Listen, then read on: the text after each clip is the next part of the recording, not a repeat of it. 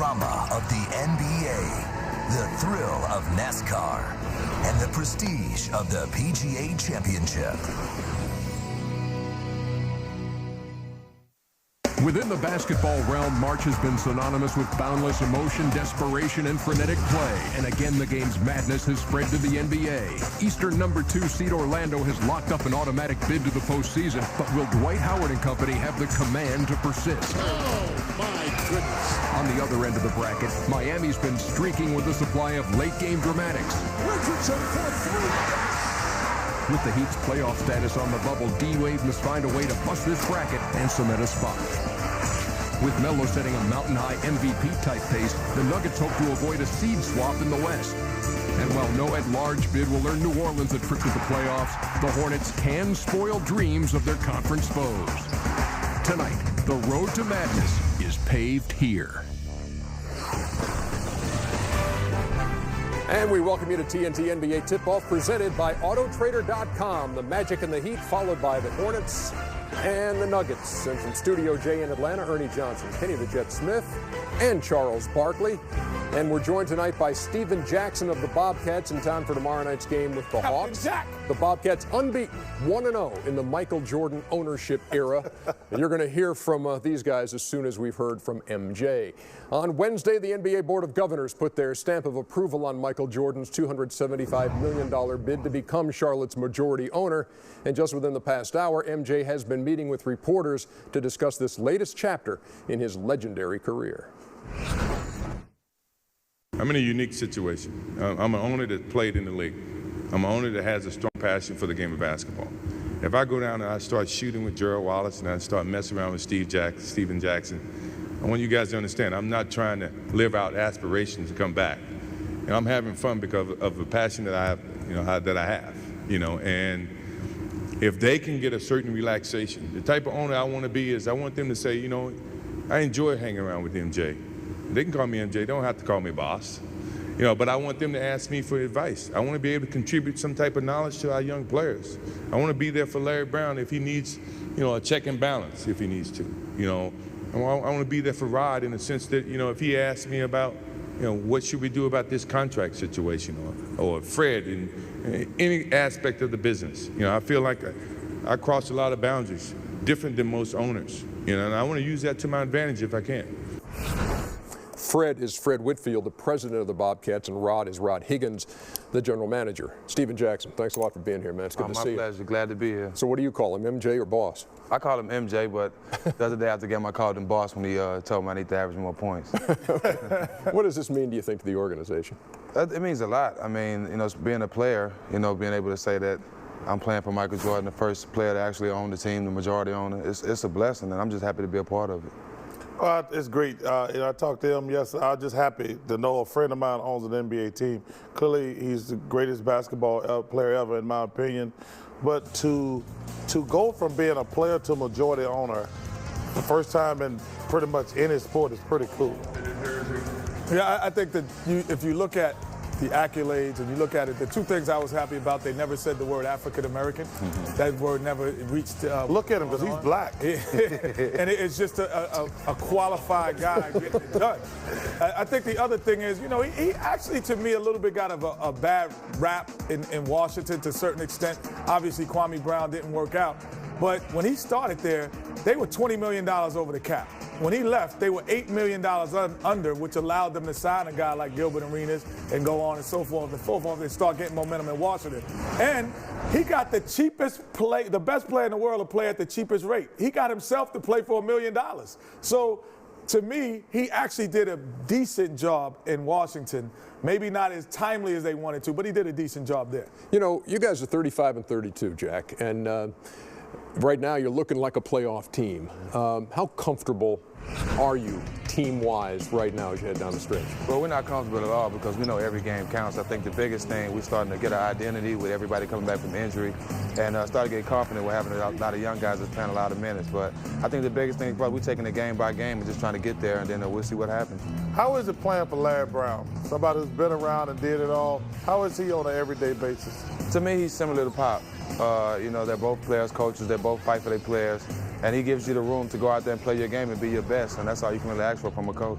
Well, I asked you this last night, and I wanted to kind of see if you changed your answer to it. Because when you first got to the Bobcats, you said, oh, we're going to make the playoffs. And at that time, y'all were about 15 games out, or 10 games out, with no – I didn't see it. So what did you see when you walked in that locker room that first day and said, we're going to make the playoffs? Well, just the makeup of the team. You know, they had a guy that can actually compete in every position. And I seen without the big guys we had, and also when we got Tyrus Thomas and Theo Ratliff, I knew that we can be a better defensive team. And, you know, defense gets you a long way in this league.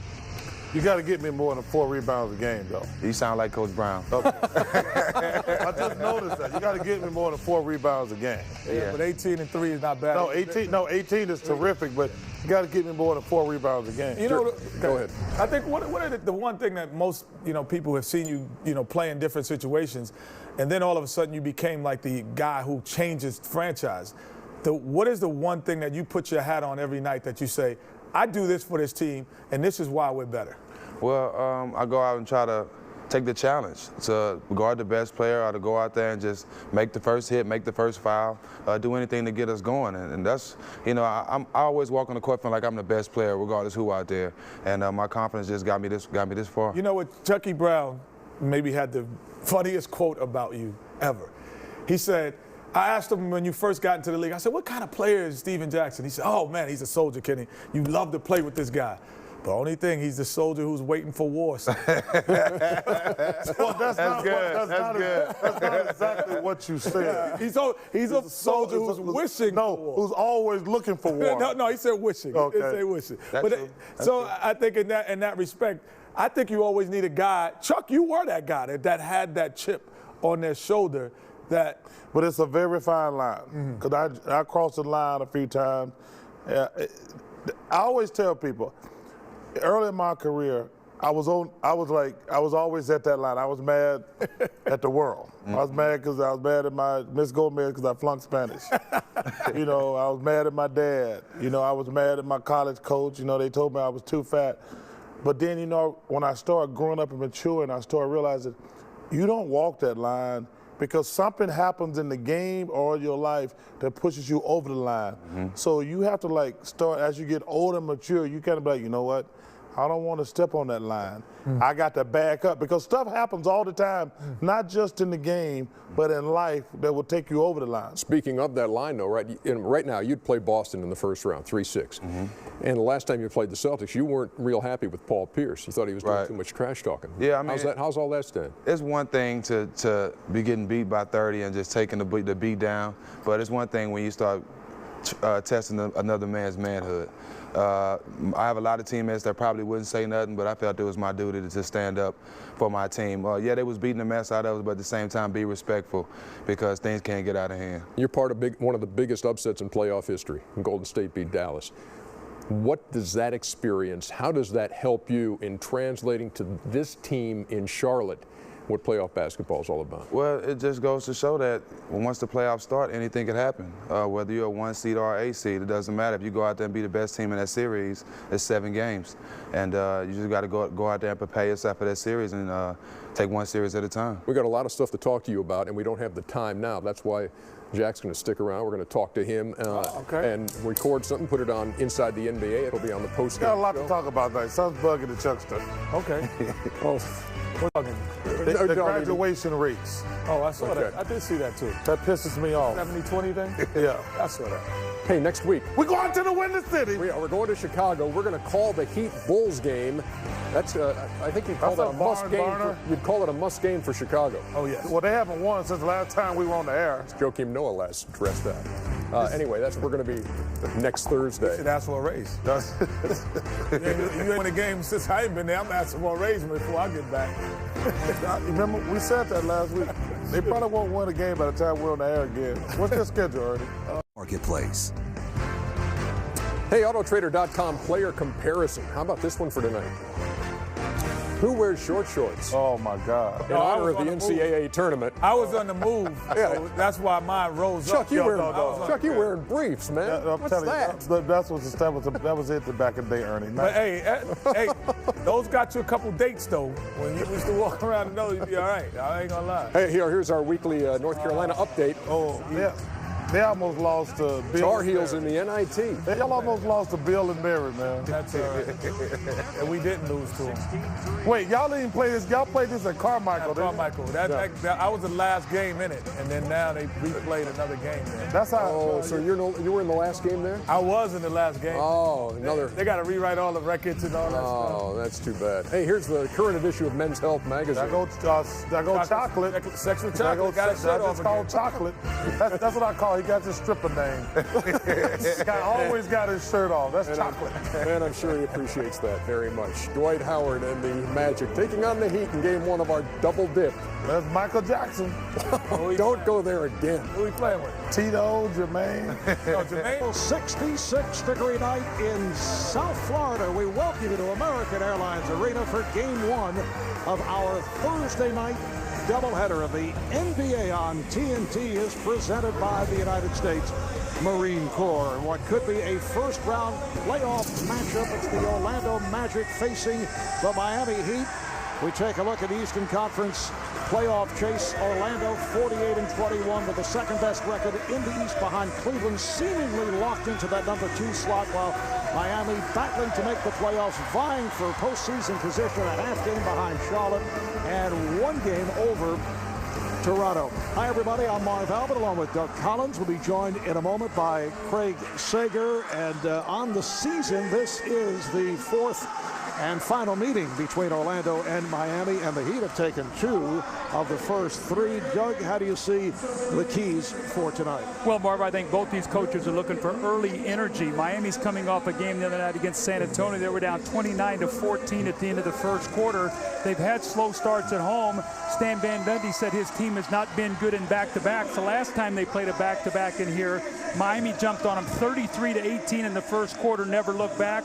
When you talk about defending the paint for the Magic, they've got to do a good job keeping Dwayne Wade out of that lane, keep him off the foul line. And the Heat have to do a good job on Dwight Howard. He's been in foul trouble in the 3 games, so they've done a good job on him. The 3-point shooting, the Orlando Magic, first in the league. They average 30 points a game from behind that 3-point line.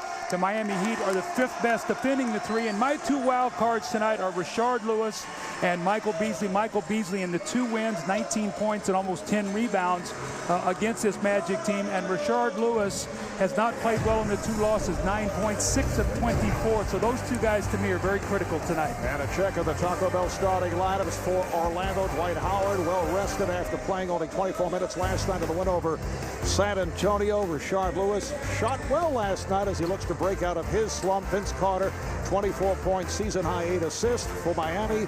As you see up front, Jermaine O'Neal, Michael Beasley playing through a thigh injury, and Quentin Richardson, Carlos Arroyo, the starting point guard, and Dwayne Wade, the NBA's 5th leading scorer, averaging 25 per game. The officiating crew, Monty McCutcheon, Derek Collins, and Alandis Poole. The Orlando Magic, 9 wins their last 10 games, including an 8-game win streak. The 1 loss in that stretch Sunday at home to Charlotte that stopped the streak.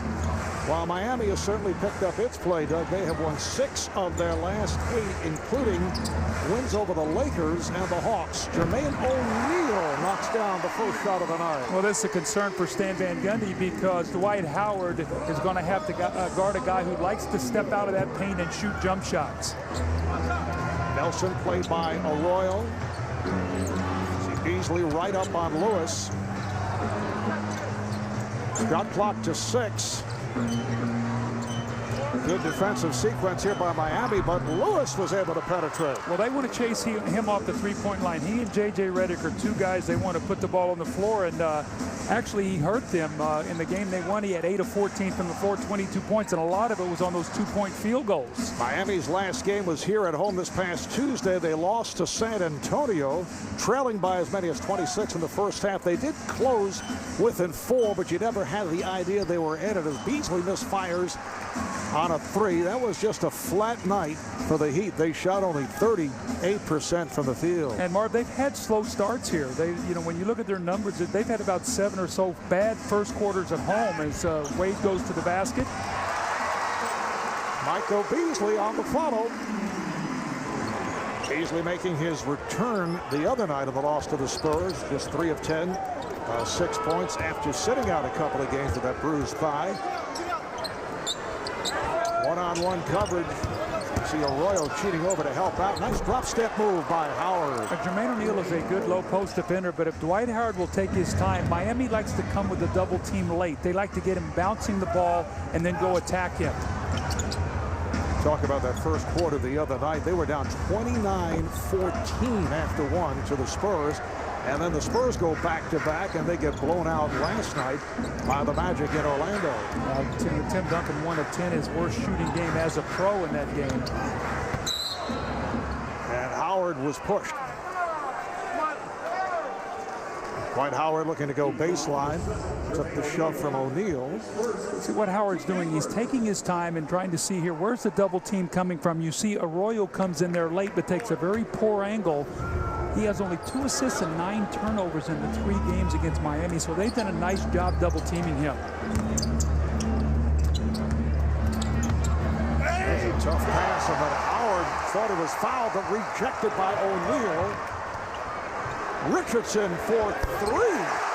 Quentin Richardson shooting nearly 50% from downtown the last 9 games 2 weeks ago in a game that was broadcast here on TNT. Richardson hit 7 threes against the Lakers. Carter for 3. Carlos Arroyo back as the starting point guard. Arroyo will try to flip it, a bad cross-court pass, and here's Barnes. Barnes on the move and lays it home.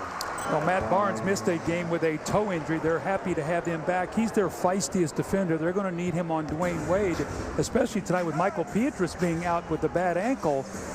Matt Barnes is going to have to stay out of foul trouble. Otherwise, J.J. Redick is going to have to spend some time on him, as is Vince Carter. Yeah, Pietrus hurt the ankle last night. Here's Wade, fires one up, rebounded by Barnes.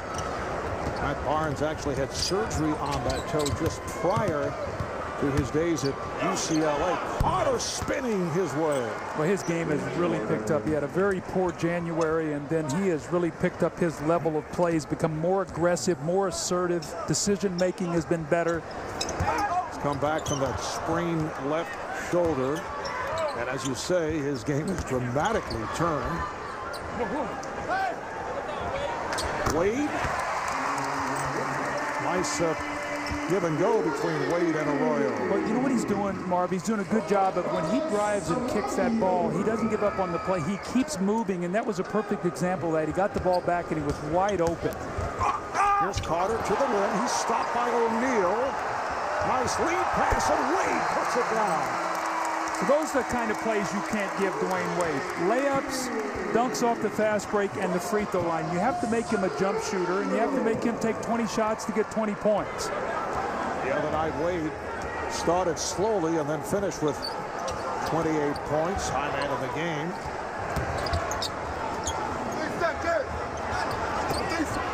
Howard. And O'Neal says he shoved me aside. A little dislodge there with the left shot. I don't know how hard he hit him, but Jermaine O'Neal made it look like there was some contact there. But nice play by Rashard Lewis to give up that open jump shot to get his teammate a dunk. How about Dwight Howard in the 3 previous games? You touched on it, averaging just 12 points, 12 rebounds against Miami. Richardson tries another 3. Mark, in those games, he only took 23 shots. He's been in foul trouble. They've done a nice job double teaming him, so Miami's done a good job on him. And in talking earlier with Eric Spoelstra, there's a rainbow three from Matt Barnes. He said one of the keys is that Wade has to go right at Dwight Howard so he can pick up fouls, and that was the case in a couple of the games against Miami. That's why you've got to keep Wade out of the paint. Otherwise, Howard will be down on the bench once again, and this is what he brings, that shot blocking, which leads to fast breaks. Crowd thought it was a goaltend. Carter able to lay it home. Well, the Magic are sharp tonight. I mean, if Stan Van Gundy was concerned about the energy, that's not going to be a problem. You don't know whether or not they're going to win or lose the game, but it's not going to be because they're not coming out here energized and ready to play. 7-0 run for Orlando. They lead at 15-11. Here's Wade going right at Howard. Is he strong enough to take the hit and finish? Dwight Howard got a little bump in there, and he was still able to power right through that. Carter played by Richardson. Lewis, yes. Rashard Lewis coming off a 7 of 10, 20 points last night in Orlando, but he has really struggled with the shooting touch as of late. Yeah, Rashard Lewis missed those first 10 games with suspension, still finding his way, but Dwayne Wade moving without the ball, gives it up. Orlando relaxes, knocks in the jump shot. And this is what he does. He gets out on the fast break and finishes. He's a one-man fast break. There's the bump. There's the finish. Wade with 3 straight field goals. And Orlando leads by 4. 100% you only from T-Mobile and by Chrysler. Welcome back to Miami. Right now, Orlando leads 17-13. Tonight, Miami Heat President Pat Riley and Managing General Partner Mickey Arison met with season ticket holders. Coach Riley promised to build a dynastic team. He said a team that we built for a dynasty in the mold of past Celtics and Lakers teams. Mickey Arison said he fully expects Dwayne Wade to re-sign with the Miami Heat when he becomes a free agent this summer. That will leave the team $21 million under the salary cap. Pat Riley said no guarantees, but he plans to sign another maximum free agent as well as another prominent free agent. He also said the team has their #1 draft pick as well as potentially Toronto's in the trade for Jermaine O'Neal. A very bright picture was painted for the Miami Heat, and if you're questioning the timing of the meeting tonight, tomorrow is the deadline for season ticket renewals. Mark. All right, thank you, Craig. And Doug, this is basically the same team for Miami as a year ago. They did look at the possibility, you recall, of signing Lamar Odom or trading for Carlos Boozer as Howard is able to stuff. But the goal is to keep Wade and then surround him. 1 or 2 major free agents. Wade would not extend his contract, wants to wait and see what Miami does as Richardson is able to hit. Well, it's sort of interesting there because I think free agents are going to sort of wait and see, is he going to sign here? Right. And then he's going to try to get guys to convince to come here. So it's sort of an interesting dynamics there, Marv. I mean, I think it's going to be important for him to sign first so players will know he's going to be here to play with. But then is he taking a chance? Oh, you know, yes, absolutely. I mean, it might be one of those deals you do both at the same time. Is that possible? I think, yeah, because they have the maximum money underneath the cap. I mean, I think you could do that. You get both guys in the room. I mean, there have been situations. Remember Carlos Boozer in Cleveland. They had Elton as a traveling violation. Elton Brand and Baron Davis. Yes. It appeared they would be together, but did not end up in That's that why way. I said it's a very ticklish situation. And you know Miami, I mean, obviously a great place. And you see there's the free agent destination, and there's the guys we're talking about. There's nice Carlos shots. Boozer. Yeah. Carlos and Chris Bosh and Amari Stoudemire enjoying South Beach, which is certainly Mickey Arison and Pat Riley would say, I'll take one of those or 2 of those guys, but I would think within the salary cap, one of those 3 would do and it. keep that guy. And you know what? They're counting on the relationship that they have built with Dwayne Wade through the years, winning a championship here. You see the free agents and some of the possibilities, but they're counting on their relationship that Dwayne's going to want to stay here. They did not go into the free agent market, like you said, this summer, Mark, and make what they consider a stopgap move where you maybe add a piece to the puzzle that's only going to get you to mediocrity. They want to win a championship, and they want to do it for a long time. And so they sort of roll dice, and we'll see how it plays itself out this summer. Out of that list we saw, there are maybe 4 or 5 top top-tier free agents. They want one of those, and I would subtract Dirk Nowitzki. I think he has made it clear that he is staying in Dallas. And I think also, too, Mark, when you think about it, Pat Riley has always built the championship team around a big man. When they won their championship here, he had Shaquille O'Neal. And when he was out in Los Angeles, he had Kareem Abdul-Jabbar. Remember when he was in New York, he had Patrick Ewing. Came down to Miami and traded for Alonzo Mourning. So he has always felt the cornerstone is a center. And even Dwayne Wade is going on record as saying you need a big man, you need a dominant center to win a championship. Question, are there any dominant big men out there? That's the big question. Oh, nice move by Wade as he extends, and he is fouled. Dwayne Wade showing the lively legs here at the start. The foul is on Howard. That is his first. That's what you have to do. He loves that middle pick and roll. And Marv, what he does is he creates space. See the space he's created. And now what happens, Rashard Lewis takes a very poor angle and he splits it. Dwayne Wade is probably the best guard in the league at splitting that little pick and roll at the top. And then what happens, he puts Dwight Howard in peril at the basket and picking up a foul by getting to the rim. Magic up 21-18, just under 4 left in this first quarter as I look around the arena. And it is a sellout crowd, and we've seen this many times here in Miami. I know many of those season ticket holders may have hung back. In the club level there, maybe having milkshakes. A couple little drinks back there, enjoying themselves.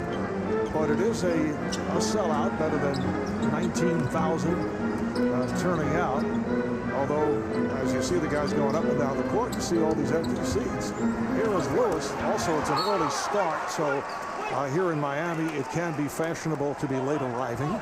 That's a possibility also. Well, when you look up and you can see everything up above, you know, those are the people who don't get to come to a lot of the games. Down the level lower here is the people, like you said, Marv, who are up and, you know, maybe not going to come down till after the first quarter's over. And that'll be Miami ball.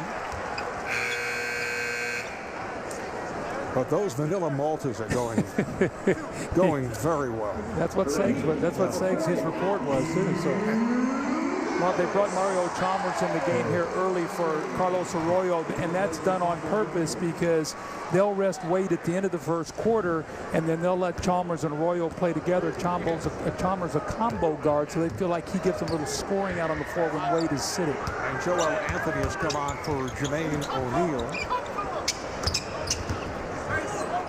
Wade working on Barnes. Rebounded by Anthony, goes right back up with it in the tip. With second effort by Joel Anthony. But if they get any kind of bench production, it makes them so much more effective. That bench can be a little anemic when it comes to scoring. That's one of the reasons why they struggle to put points on the board. So much is on Dwayne Wade's shoulders every night. Anthony now defending on Howard. Anthony is a shot blocker. Ball is poked away. Shot clock to 5. Lewis missing on a three-point attempt. Game tied at 21. Richardson for 3. Yes. That is his second from downtown. And believe me, Wade knows that Richardson's hot. If you take one little step to help, he is going to find Q. Q is shooting the ball. You talked about it. Miami's on a 7-0 run. He's got the quick release. And Dwayne Wade says, if I find him, chances are I'm going to get me another assist. Knocks down this long jump shot. Quentin Richardson, that's 2 on the night. Miami leads by 3. Miami, where the Heat are vying for a playoff spot. They played well as of late. However, it has been a very streaky season. You look back, first 9 games, they win 7. Next 13, they go 4 up, 9 down. Next 6, they go 5-1. Then 2 up, 6 down. Next 7 games, they win 5 of 7. Then they lose 7 of 8. Next 5, they win all 5. And then they go 0-4. And here they are, the last 8. They have won 6 of the last 8 games. And a very favorable finishing schedule. 11 games that they have of the 13 are against under 500 teams. So it's a great chance. We talked to Eric Strohlster before the game, and he said, we knew what we were going through early. If we could just get through that, we had a chance for a very, very strong finish. Jason Williams has checked in. Shot clock down to 8. Barnes getting the step. Here's Lewis for three. Yes. Rashard Lewis from downtown, and the Orlando Magic lead the NBA in three-point shots attempted, three-point shots made. That is why they are such a terrific come-from-behind team. And they've been down on a number of occasions and have come back. And you throw in the fact that they're one of the better defensive teams. A lot of people don't equate defense in the Orlando Magic. They are a very underrated team. There's deep post position there, Dwight Howard. That's what Patrick Ewing really teaches him. Run out ahead of the ball, put your head underneath the rim, turn, seal, and look for the post position. Zoe did a good job of that when he played here, and Patrick Ewing also was a good runner for a big man. Anthony on the foul. Good look also from Rashard Lewis to find Dwight Howard. National coverage of the NBA continues Friday on NBA TV. It's the Celtics and the Rockets starting 8 o'clock Eastern time. You can log on to NBA.com/NBA TV to vote for the Tuesday Fan Night game. Voting ending at midnight Eastern time this evening. And Sunday on ESPN, Spurs and Hawks followed by the Blazers and the Suns. Coverage beginning at 8 o'clock Eastern time. Dwight Howard only a 60% free throw shooter. You know, Marv, it's interesting. One of the things that I look at with Orlando, one of the things that concerns me is, other than Dwight Howard, they have most of their guys on their team take more threes than they do free throws. And I think come playoff time, Vince Carter, Jameer Nelson, maybe even Rashard Lewis, some of these guys are going to have to get to the foul line a little bit more other than just Dwight Howard. As a team, they're at 73%, but that primarily because of the woes at the line by Howard. Down to 3 on the 4. Oh, nice move by Wade. He tried to bank it, and it's swept by Howard. Jason Williams in the open floor fighting J.J. Redick, who just came on, knocks it down from three-point territory. J.J. Redick has had a terrific year for them. You know, it's funny, last year when we talked to Stan Van Gundy in the playoffs, he said really the one thing that was keeping J.J. from playing more was he wasn't shooting the ball well. Well, this year he's shooting it well. His defense is continuing to improve, and he's an excellent post passer. Chalmers for three. Final minute, first quarter. Williams fighting Redick. Able to elude Chalmers and hits again. That's a 2. He had a foot on the line. You can see the philosophy there. I talked about Rashard Lewis chasing him off the line. They want to do the same thing with J.J. A little pull up there. So 5 quick points in transition for J.J. Redick off the bench. 8 straight in all by the Magic. Nice pass from Wade, and Anthony is hit hard and fouled by Howard. That's his second. And the one thing they have is with the Gortat coming into the game, they have a terrific backup center who doesn't get those kind of minutes normally, but Howard will be sitting down, and J.J. Redick, Jason Williams, he has a nice connection. He just hit a 3. This time he steps inside the line and knocks down that 2-point shot. And this Magic is a deep team. They go to that bench, and they've got a lot of different guys that they can put in the ball game. They can score. You know, Brandon Bass is starting to give him some minutes at that power forward position. I think Stan is trying to get as many guys as he can get ready for the playoffs, knowing he's going to need everybody. Marcin Gortat out of Poland, originally a second-round draft pick of the Phoenix Suns. Orlando re-signed him. They had him for a brief time and were able to match an offer from Dallas. Gortat, as you said, played very well last year, particularly in that playoff run. And he's a guy that will rebound, will take hard fouls, give you a nice little physical presence in there. And you know, don't go to sleep on him, too. He's a little bit of an underrated offensive player. He can hit a little bit of a jump shot, and he will attack that rim and look to dunk it. Carlos Arroyo is checked back in to provide a rest for Dwayne Wade as Jason Williams sets up against Arroyo. 2-second differential between the shot clock and game clock. Down to 5 on the 24. On a crisscross, Williams finds Lewis. The putback missed by Gortat. As time runs out in this first quarter, and it's a good one with the Magic up 29-25. Both clubs shooting well. We'll be back to Miami in a moment. Welcome back to Miami. It's time for the Lincoln Coaches Corner. I'm here with Stan Van Gundy. And Coach, you told us before the game that 8 of your losses have come on the second game of back-to-back after defeating San Antonio last night. What have you seen here tonight?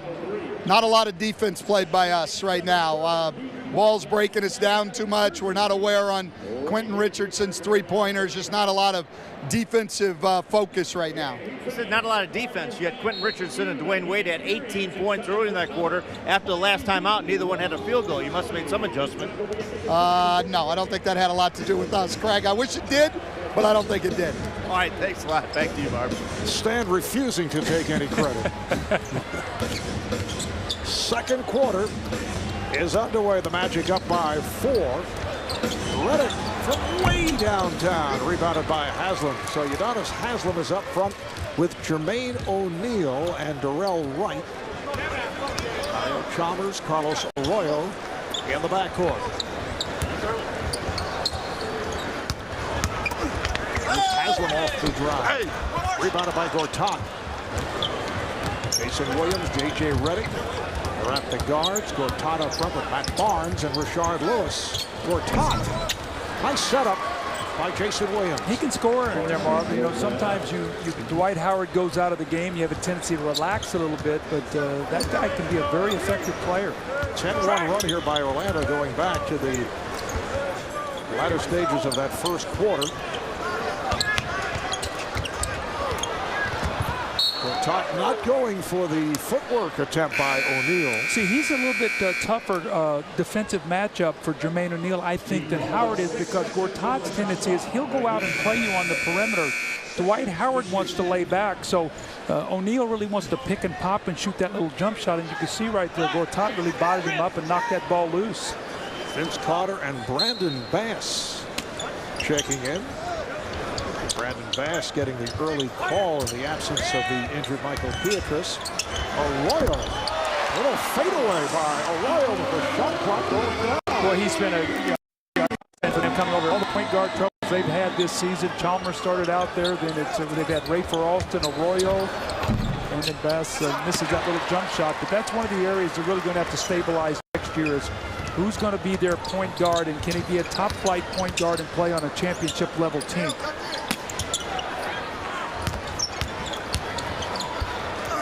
O'Neal with the fade, rebounded by Redick. Marv Albert with Hall of Famer Doug Collins. Craig Sager works the sideline. We are in Miami, early second, 2 minutes gone by. Nice little hook by Gortat. See, this is a little bit different team for a Magic. This is more of a power team. So with Brandon Bass, you're not going to play him out to the three-point line. He's more of a mid-range shooter. He made a nice pass that time to Gortat.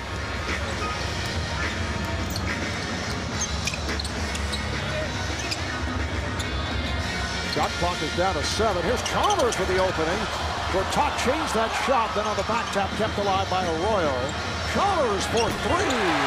Mario Chalmers. In a second season out of Kansas, a second-round pick, who has had his ups and downs. As you mentioned, he started the season as the starting point guard. He started all 82 games as a rookie, Marv. Started the first 22 this year and then went to the bench. Was late for some practices. They said, we're going to make you earn this spot, and he has not got back into that position yet. It's going to be a loose ball foul, but Arroyo, when we talked to Eric Spoelstra, Marv, before the game, he just feels like Arroyo is a better fit as a starting player. The energy he brings, the way he moves the ball out there with Dwayne Wade, and when they rest Wade, they can put him in the game now as a scorer. And there's all the point guards they've had since the title year. At some point in time, they're going to hope to be able to get a top-flight point guard. Arroyo is a terrific backup point guard on a championship team. This ball foul was called on Udonis Haslam. Shot clock is down to 5. Good play by Chalmers, and last touch by Chalmers. So the Magic maintain possession with 4 on the shot clock. Now this second unit from Miami plays a lot of zone defense. They're very active. That's what we've seen on the last few possessions. Orlando must recognize this. Here's the alley-oop. Gortat uncovered. You know, they beat San Antonio on a play like that. I don't know who, I think it might have been Dwight Howard got to play, but it was a sideline out-of-bounds play lob over Tim Duncan to beat San Antonio and Orlando, I think 2 years ago, that same play. Arroyo once again. Meanwhile, Howard goes out after picking up a second foul. Gortat checks in. He's hit all 3 of his shot attempts. Intended for Bass. Carter on the recovery. Redick for 3. What a pass from Vince Carter. Well, the Blue Devils are up the road in Jacksonville for a tournament tomorrow. They might need a little of that shooting. Hey, they're involved with Arkansas Pine Bluff. They're very busy. We better get that one tomorrow. There's a beautiful lob pass to Gortat, well executed. Perfect pass from J.J. Redick, and Gortat coming in off that bench doing a real nice job. In Miami a moment ago, we were talking about the NCAA. Well, 8 players in tonight's game have gone deep in the tournament while in college. These 4 guys all reached the Final Four. Jamal McClure, Kentucky, Vince Carter with the Tar Heels, Udonis Haslem, University of Florida, Dwayne Wade with Marquette back in 2003, and then we have Jameer Nelson with that terrific St. Joe's team in 2004. J.J. Redick with Duke going to the Final Four. Daquan Cook with Ohio State, and Mario Chalmers with that enormous shot as his Kansas team won the national title in 2008. And how about Patrick Ewing and Bob McAdoo? Bob McAdoo, Hall of Famer. Patrick Ewing, Hall of Famer in their college days. McAdoo played in the 1972 Final Four at North Carolina. Now a Heat assistant and Magic assistant Patrick Ewing played in the 82, 84, and 85 Final Fours with the Hoyas of Georgetown, winning it all in 84. O'Neal got the step, and he's fouled by Gortat. It's a great time of the year, Marv. Just watching today as preparing for the game, all the upsets early, the close wins and losses, some of the top seeds already out of the tournament, some of them holding on and winning in overtime. So just a great time of the year, and NBA playoffs right around the corner. 4 minutes gone by in the second quarter, and that will count. Foul is on Gortat. The basket counts, and O'Neal will go to the line. Second foul on Gortat. You know, I was just taking a look at Patrick Ewing. What a beautiful suit that he has on. He has such excellent. Oh, look at that. Yeah, well, you know, we're there before the game, and he looks at you and he goes, Marv, you and I have the same suit on tonight. It's sartorial splendor right there. So my question was, is that a good thing? Yeah, it's a great thing. In fact, I think what happened, all those games used to broadcast from him, I think he picked that up from you, Marv. Yeah, just looking over at the scores table. That's exactly what it was. I think so. I used to work on that drop step with him. That fading jump shot. Williams pops it back out. Carter passed on a 3. Carter spinning to hand it to Bass. And Bass off the mark. Good box out. O'Neal was able to set up the rebound for Haslem. So the Heat within 3. Following that 10-1 run by Orlando. Terrell Wright. Right over Carter, banks it home. He's an important player for their team. He came in the game the other night after missing 2 games with that DUI suspension. Had a nice little run. He was actually plus 13 points when he was on the floor. They need his energy and what he brings. Carter for 3. Haslem rebound. Miami aggressive now on the defensive board. Defensive 3-second violation. Defensive 3-6 violations. So Haslem will go to the line. Meanwhile, Dwayne Wade is getting an extended rest. He went out late in the first quarter. Let's send it over to Craig Sager. Craig. Well, Marv, more on extended coverage of Patrick Ewing. You mentioned that he was in 3 Final Fours. He goes, don't ask me any questions. I only remember one of them. That was my junior year. We beat Houston to win it all. As for Bob McAdoo, I asked him what he remembered most. He goes, hey, we won our last game. I said, you won your last game? I thought you got beat by UCLA. He says, yeah, but back then they had a playoff game to see who finished 3rd. And he said, we beat Louisville, so we won our final game. You know, I forgot about those consolation games. You know when I think that was changed? I think when UCLA lost to NC State, and they were going to have to play that third-place game. Bill Walton did not want to play in the third-place game. I think right after that, they said, why have this third-place game after you've been beaten in the Final Four? Nobody wants to play anymore anyway. That would be a very difficult game to play. Do you remember way back when the NFL did the same thing? I do not. That must be a little way back. That is way back. But they'd have a runner-up game. How would you play that? I don't see how you get the right mentality to get prepared. That would be awfully tough.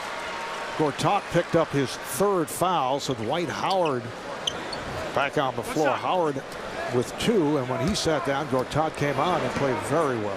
Marv, just to follow up with Wade resting, one of the reasons he's able to rest right now is because this bench is scoring some points. This group that Eric Spoelstra has out there is staying in the game, so you can give Wade rest so he can be strong for the finish. That's why it's so important for him to have help out there when they struggle to score. Miami is up by 1. Williams with a catch and shoot for 3. Jason Williams, actually the point guard on that Miami Heat team that won the NBA championship. They came from behind to beat the Dallas Mavericks. O'Neal is fouled. The Magic have hit 5 of 9 from three-point land. Miami with 3 of 7 from long range. Carter on that foul, his first. Mario Chalmers will head to the line. A programming reminder, TNT Tuesday, a new series about living beyond the law. All new Southland, Tuesdays at 10, 9 Central, only on TNT.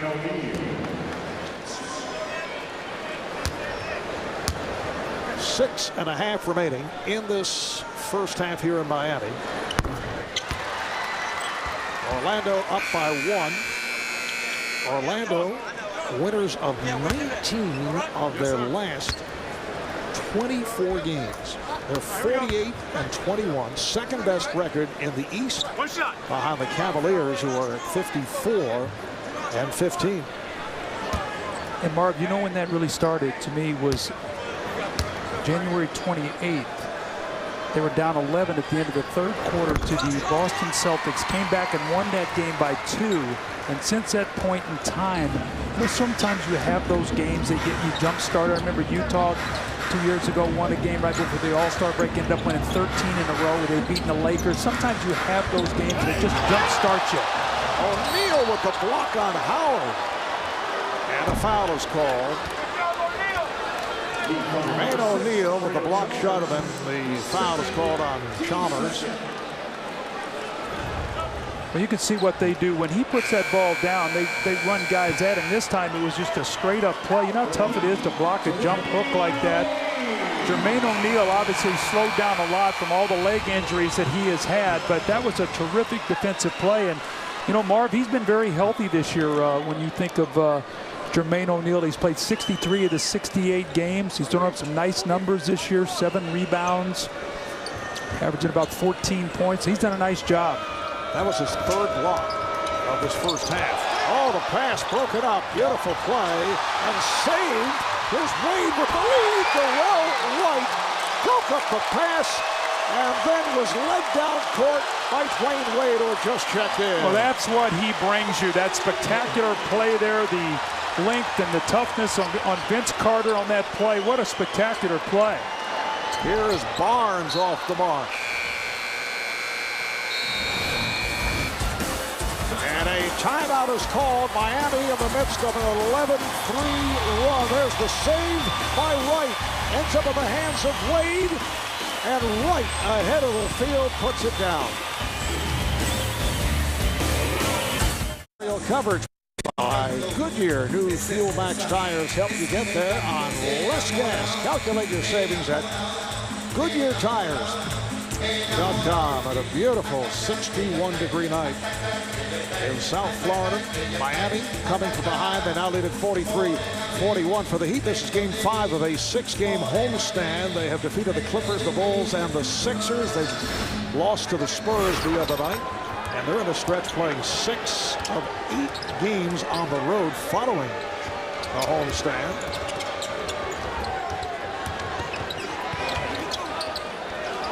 Howard turns and faces, goes to the driving hook.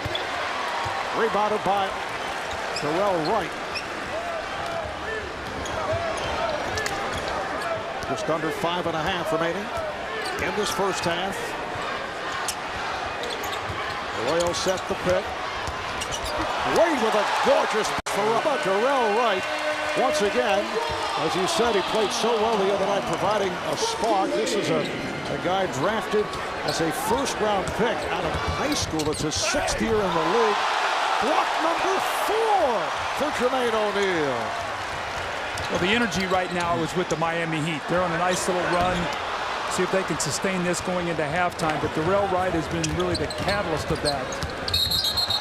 And an offensive foul as Nelson try to go down the right side. And the illegal pick is called on Orlando. It's on Howard's third. That time Jermaine O'Neal stepped in front of him, did not let him get to that deep post position. So once again, Howard with foul trouble against the Miami Heat. They played 4 times, and in all 4 games, he's really struggled with fouls. He's going to have to sit now.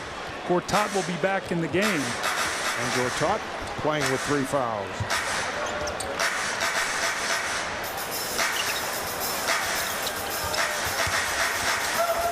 There is O'Neal over Gortat. Rebound and then lost control.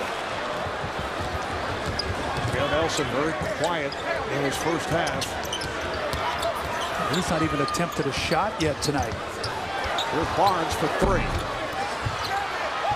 Back tap nicely by O'Neal. Miami doing a very good job rebounding the ball. Only 1 offensive rebound for the Orlando Magic. What a move by Wade!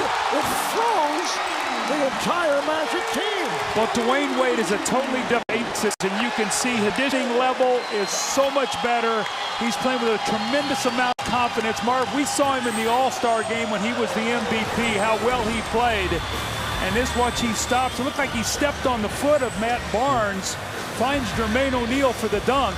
Let's see if he steps on his foot here. Yeah, he stepped on his foot, caused him to lose his balance. He had the open shot, gave it up to Jermaine O'Neal. And right now, everything going Miami's way. He has 10 points in the ball game, 4 assists, and you can see his numbers, Marv. 740 points in the paint. That's why you got to keep him out of the paint. His second chance, one of the better offensive rebounders. You see 94 dunks. He's 3rd in the league in fast break points on a team that averages 10 fast break points a game. He gets about 5 of them. He's a one-man fast break. But his game has just continued to pick up as this season has gone on. He's getting stronger, averaging over 30 points a game in the month of March, which is the best in the NBA. And during the timeout is Jermaine Nelson with his first shot attempt. Able to penetrate. During the timeout, we saw Jermaine O'Neal head back to the Miami locker room. O'Neal with 9 of his 11 points in the second quarter and 4 block shots in the first half, which equals his season high. Wright for 3. Rebounded by Barnes. Gortat sets the screen.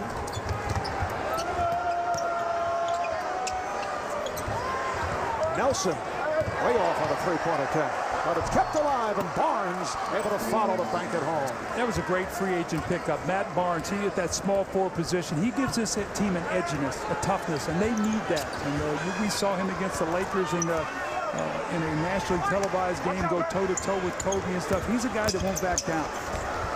Here's Arroyo, and he has had the touch. Getting back to Matt Barnes, signed as a free agent after a year with Phoenix. Did a good job with the Suns. Nelson, Gortat surrounded, and he's tied up. They'll jump it up. I mentioned Jermaine O'Neal headed back to the Miami locker room. For more on that, let's go to Craig Sager. Well, Marv, despite that great first half with 11 points and 4 blocks, during that timeout, he came to the bench and said, my feet don't feel comfortable. So assistant athletic trainer Ray Jaffet went back and they are retaping his ankles. Dwight Howard probably wishes he would have come out in the first quarter. Yeah, Jermaine O'Neal has had an excellent first half. And the 2 big men for Orlando, Dwight Howard with 3 fouls. He's sitting on the bench, and Marcin Gortat, His replacement also 3 fouls. Nice move by Jameer Nelson. Jameer Nelson's starting to get that speed and quickness back. Marv, he came back from that knee injury, and it took him a while. And he's lost some weight, quicker to the basket, and they need that kind of penetration from him, either opening up the three-point shooting or that little floating drive that he just made. He's missed a total of 17 games this season. Gortat did not expect the pass from Nelson, who has played through a hyperextended left knee. And at times, the knee's been sore, it's swelled up, but he says does not want to sit out. Well, you think about it. I mean, Carter's missed 7 games. Rashard Lewis missed 10 to start the season. Jameer Nelson, they're just now starting to get into rhythm, I think, that they would like to have going into the playoffs. That's going to be a moving screen on Michael Beasley.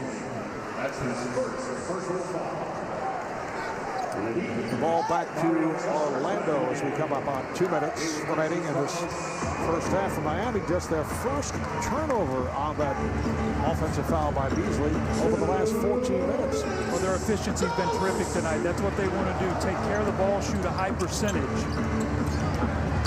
Nelson took a hip check from Chalmers, so the foul on Mario Chalmers.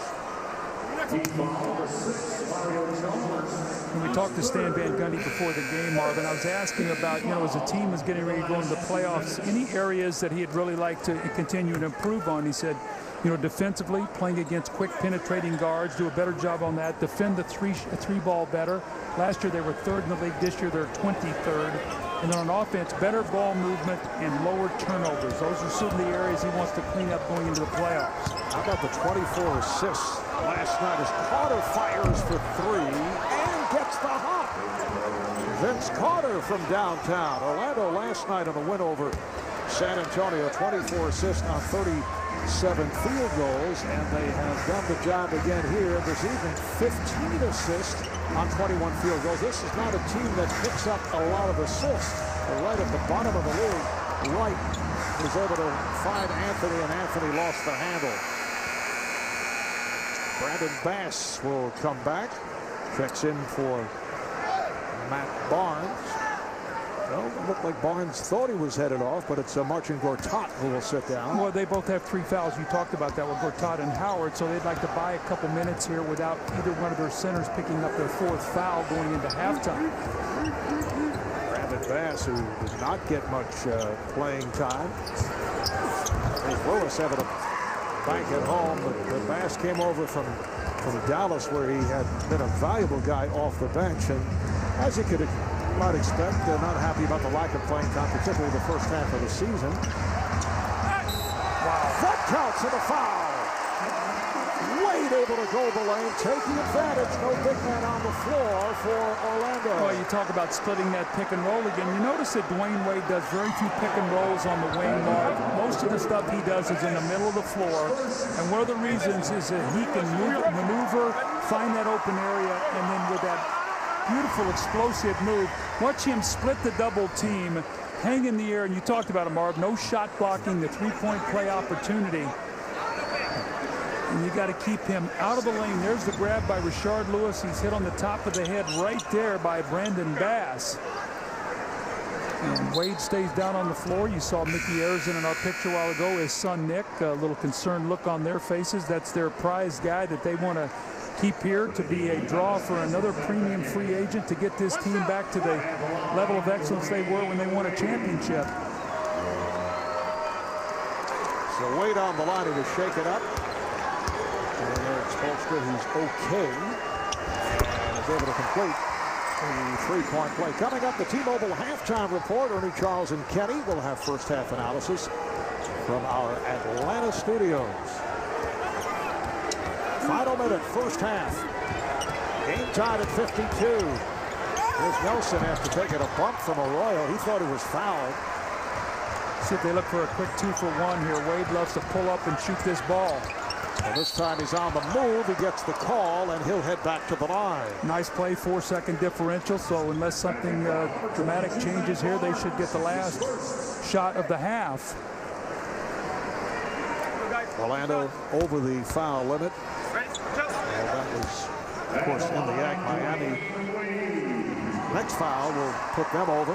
So Wade 3 of 3 at the line, and you can see how well he has done in the previous 3 against the Magic. Miami winning 2 of the 3. Dwayne Wade, as we talked about earlier, just under 30 a game and shooting 53% against the Magic. And the key there is, look at, he almost shoots 12 free throws a night. He's an 80% free throw shooter. Marv, my philosophy is you make a score like that, take one shot for every point, and you can see Dwayne Wade tonight has 15 points on 9 shots. That bodes well for the Miami Heat when he's getting that kind of efficiency.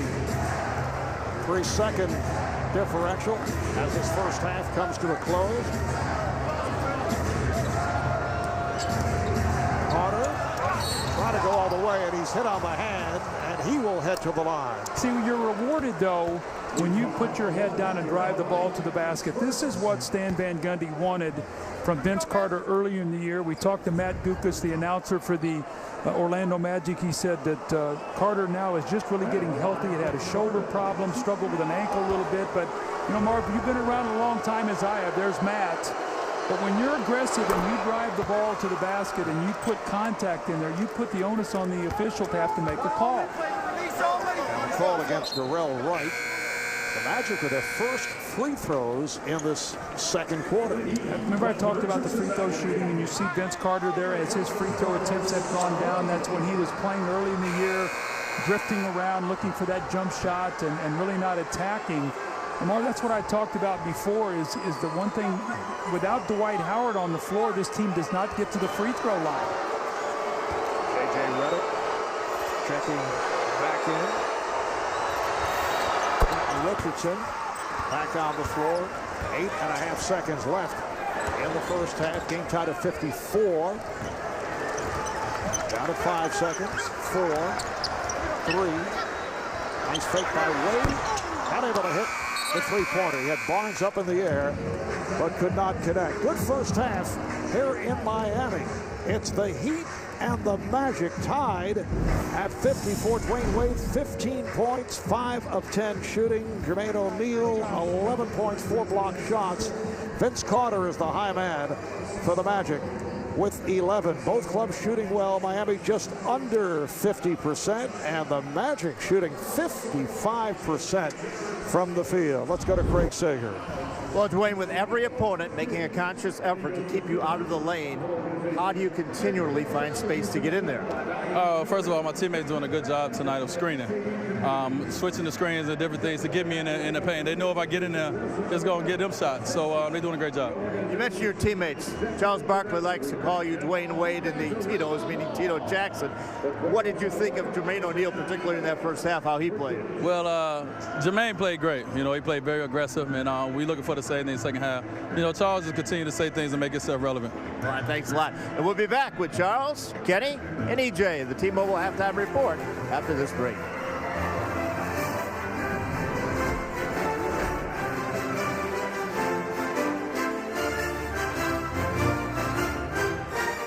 Tito's, meaning Tito Jackson. What did you think of Jermaine O'Neal, particularly in that first half, how he played? Well, Jermaine played great. You know, he played very aggressive, and we looking for the same thing in the second half. You know, Charles just continue to say things and make himself relevant. All right, thanks a lot. And we'll be back with Charles, Kenny, and EJ, the T-Mobile Halftime Report. I like that from D-Wade. Nice little wink, too, to the camera. Trying to make yourself relevant. That's my man. That wasn't really a compliment. It wasn't. Listen, I'm not going to talk about this team. You're battling for the 8th seed. You're not a good team. And we'll see it next week when we get to do their game. I would fight for it, too. Yeah, I know. It's a 54-54 game at the break. Orlando at Miami. I'm sorry, they're the 7th. No, they fighting for it. The Heat, they're number 7 right now. The Heat have beaten the Magic 2 out of 3 this season, and right now that would be the first round playoff matchup. That'll be bad for the Heat. 54 apiece at the break. Jameer Nelson was a central figure last year in the postseason, in part because he couldn't play, and then in part because he still couldn't play. Then they put him in when he really wasn't ready to do it. How does he figure this year? I think, you know, Ernie, you hit it on the head. I think he had an all-star year up until halfway point. And then all of a sudden when he came back, the expectation level was big, and I thought he wasn't ready. And even this year, I didn't think he was ready. But tonight is probably some of the things that you've been seeing over the last 2 weeks when I've been noticing the Magic, that he's been able to get to the rim. And he had never got to the rim in the first 2 months of the season, 3 months. And now this is a commonplace, him being in the paint. And that's what made him good and made him an all-star. Getting into the paint, finding people, and or shooting. Now he shoots the three and he shoots the layups. He has a different game than he does before. In the middle, Dwight Howard, foul trouble in the first half. He's got 6 points, 4 rebounds, 3 fouls. Jermaine O'Neal's been the story. 11 points, 2 rebounds, and a season-high 4 blocks in the first half. Well, 11 points. Season-high 4 blocks in the half. I mean, okay, but listen, truth of the matter, when you watch Orlando play, the only time they ever get in trouble is when they start relying too much on the three. When they get the ball into Dwight, he has really improved his game since in the last 2 months. He's played a lot better. He's shooting that jump hook a little bit more. He's facing up a little bit more. He's the guy who makes them go. He got in foul trouble, but they'll still win the game because they got a better team. They just got more weapons to Miami. Despite all of that, Jermaine O'Neal does have 11 points and 4 blocks in the first half. Meantime, Dwayne Wade leads everybody with 15. And I had 11 points one time. They cut me. 5 out of 10, and also has me too. 4 assists. A week from tonight, Miami is at Chicago. We're going to be there to call the game from United Center. And if Chicago can win a couple of games, that would make that game that much bigger as they try to battle for the 8th spot. Right now, the 3 on the loss side behind Toronto are the Chicago Bulls. Nice, kid. Let's go get let's get some Chicago pizza. Ooh, that's gonna be good. I'm going to Harry Carey's place or Mike Dixon. Michael Jordan still having a restaurant there? I don't know. Welcome to the T-Mobile Halftime Report. The new T-Mobile MyTouch 3G. 100% you, only from T-Mobile. Game 2 of our doubleheader, New Orleans at Denver. Emeka Okafor. Yeah, he does all of the young poses. How about that? That's impressive. Those aren't easy. No, those are not easy. I always worry about my 7-footer doing yoga. Does that impress the Chucks? Good for flexibility, man. Good flexibility and keep you in there. Hey, look at the folks at SkullCandy.com have sent our way. All kind of earphones and stuff. Headsets. I might have to make some trade outs. I got some, but I'd like some of those over there. Well, I got something over here for you too. Here's hand this down to the Chuckster right there. This is Chuck. Hey, hand it to the Chuckster. Got a Laker one. And I've got 30. Who's this? What team is this? This is Oklahoma City. It kind of looks like Oklahoma City. Okay. Mine kind of look like Oklahoma City. That's Kevin Durant's number, fool. Yeah, there it is. And I got some Kevin Garnett apparently. Oh, can I get the Kevin Garnett? I'll trade you a Kevin Garnett for a Kevin Durant. Yeah, you can. You know what? I'm going to do this thing and doggone it, and then I drop this set. So how does this thing work? Here you go. All right. You ready? I want you to put these on because I got some music you guys can hear. Put these on, Chuck. It sounds great. Ready? Are you ready? All right. Here we go. Pants on the ground, looking like a fool with your pants on the ground, looking like a fool. Pants on the ground. You know if you put these on the ground. Come on, because we're not plugged in. You're looking like a fool. Ernie's up on it. That's the new version. Is that the sideways pants on the ground? No, see, I like the come on, man. Oh, what's my guys from Houston that did that? They did a remix. Come on, man. Come on, man. Come on. UGK. I think they did. Underground Kings did it. NBA TV Fan Night. Nope. Nerd Night. Who's Fan Night? Kevin McHale and Ernie Johnson. They're 2 nerds. Oh, see, Webb's not a nerd tonight? Nope, he's not a nerd. Oh, he's just a flip-flopper nerder. You can vote until midnight tonight for the game you want to see Tuesday night on NBA TV. That hasn't been determined yet, as a matter of fact. Time now for the T-Mobile MyTouch 3G. 100% you. Question of the night. Which is the better Magic team, last season or this season? Ooh, I'm going to go with this season. Because? I think Vince Carter is comparable to Turkoglu. I like the addition of Matt Barnes and Brandon Bass. I have to agree with you. I think this season is a better team. But, however, the league has gotten better. No, the league ain't got better. Yes, it is. The Cleveland's gotten better. That's the league. Yeah. You know what? If you had asked me a month ago, I would have said last season. Well, first of all, I didn't ask you. I would never ask you anything. Well, since you asked, this season. In Miami of the NBA on TNT is being presented by the United States Marine Corps. The game is tied at 54. Marv Albert, Doug Collins, Craig Sager. And what a well-played first half that was. Each team led by as many as 6 points. There were 10 lead changes. 8 ties. Both clubs very, very sharp. Well, Marv, a lot of energy on both sides, which I thought was terrific, and low turnovers. 5 turnovers for the Orlando Magic, only 4 for the Miami Heat. Both teams shot the ball well, so should be a very exciting second half. All right, taking a look at some of the highlights of that first half. It was a 3-point parade, as usual, for the Orlando Magic. Well, the Magic made 6, and they had 5 guys make at least 1. That was Matt Barnes. You see the little kick to Rashard Lewis, who loves that corner. A little drive and kick to J.J. Redick, who had 2 threes in that first half. Jason Williams with a corner 3, and then Matt Barnes with a drive and kick, and the friendly bounce here for Vince Carter as he gets the nice roll. So they were +9 from the 3-point line, and it was the energy and hustle of the Miami Heat. The great save by Darrell Wright and the 4 shot blocks of Jermaine O'Neal before he had to leave to get his feet retaped. He should be ready to go here in the second half. And then the magnificent Dwayne Wade, 15 points, 4 assists, and splitting that pick and roll like nobody else does in this business, finishing with a 3-point play. All tied up here at halftime. Now look at the numbers in the first half. Orlando at 55% shooting. They go 22 of 40, including 6 from 3-point range. And Miami at 49%, 20 of 41 at the line. I should say 20 of 41 from the field. And at the line, 11 of 13. You see the 15 assists, as you mentioned, by Orlando. I think the biggest concern right now for Eric Spoelstra is 14 field goals in the paint for the Orlando Magic, 28 points. They got to cut that down. What do you got, Craig Sager?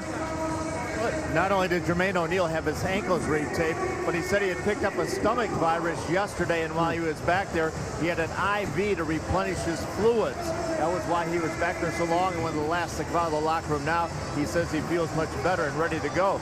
As for Dwight Howard, Patrick Ewing met with him and said, listen, Jermaine O'Neal is timing his moves. That's why he has the blocks. He goes, you have to give him the dream shake.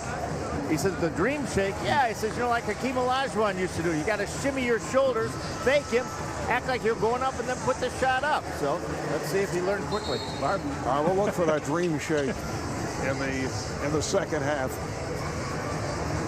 Patrick Ewing facing the dream shake more times than he'd like to talk about. Yeah, he saw a lot of that.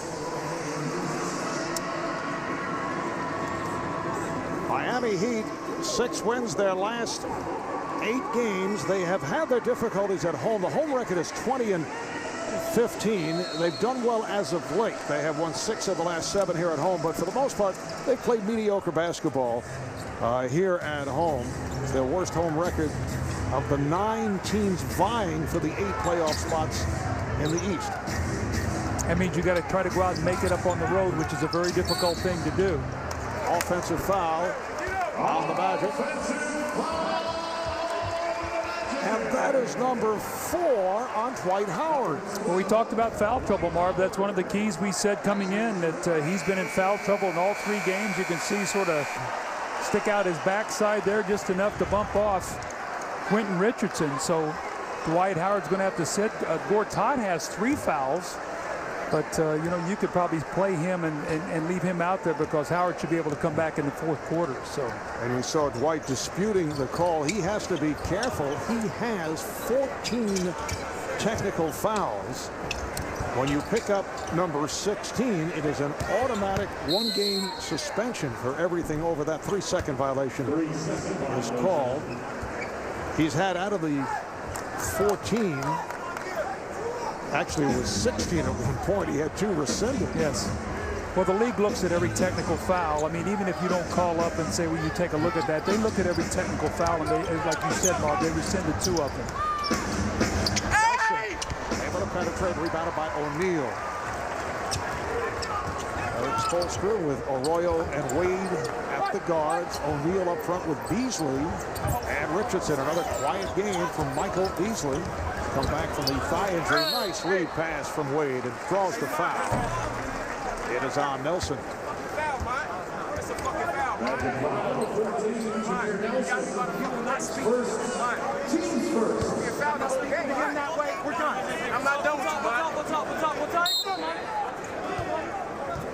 And now a technical foul is called. Monty McCutcheon did not like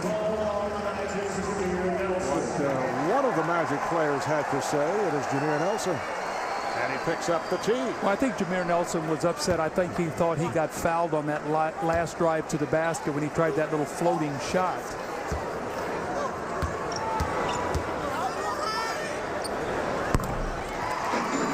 Carlos Arroyo able to knock down the technical. Throughout the month of March, the NBA paying tribute to its more than 16 million Hispanic fans, 23 Latin and Spanish players with Noche Latina 2010. To learn more about Noche Latina, visit NBA.com. I heard you. I'm done. Jermaine O'Neal. I don't have to hear the same thing 7 times. If you tell me what you just told me 6 more times, I'm going to get on Mark, YouTube. before the game, I was asking Stan Van Gundy, I said, Stan, you know, like when you play against a team like Miami, I mean, maybe to keep Wade out of the lane, do you have a zone defense that you play? And he said, no, we really don't play zone. And you know, I think in a game like this, you could probably use that. But, you know, Stan is very adamant that he's going to play that tough man-to-man defense. And they're one of the best defensive teams in the NBA, so who can argue with that? But sometimes the zone gives you a little different look and maybe keeps Wade out of the paint. And a bad pass. So the ball back to Miami. So that's when Orlando gets himself in trouble, when they're careless. That was just an unforced error. And he just threw the ball over the head of his teammates. Already 2 turnovers in this quarter, and they only had 5 the entire first half. Now that was an earlier season problem for the Magic. The excessive turnovers, and it has hit from time to time. Careless with the basketball. Here is O'Neal, rebounded by Gortat. Those live ball turnovers, Marv, really hurt the Magic because they don't have great team speed, and so they can't get back and cover those. There's Nelson with the runner. So Jameer has come on after a slow start. I remember several weeks back talking about the turnovers with Stan Van Gundy. I said, why all the turnovers for this club? He said, we're just not a great passing team. We get a lot of turnovers in our post game. That's a 3-point attempt. And as O'Neal rips it down, a foul is called. And this graphic supports that, Marv. Look at the turnovers are. I mean, Howard, the assist to turnover. It's Howard, it's Lewis, Idris, it's Ryan Anderson, it's Gortat. The big guys that you spoke of, it's really not the guys who have the ball in their hands on the perimeter as much. It is their big guys making decisions and passing out of double teams. Gortat picked up that foul. That's number 4. Nice move by O'Neal. Came up short. But Stan says we get a lot of turnovers with the big guys because sometimes we try so hard also to get the ball in the paint. Oh, like that. Whoa. Right on cue.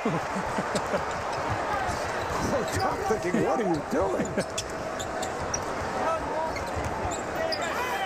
2.5 gone by here in the third. Game tied at 56. They double up on Wade. Nelson tried to draw the foul. Arroyo, he's had the hot hand. Carlos Arroyo, 4 of 5. From the field, 9 points, along with 5 assists. Well, Dwayne Wade got away with one there. He lowered his shoulder and got Jameer Nelson, and very fortunate did not get a foul called on that play.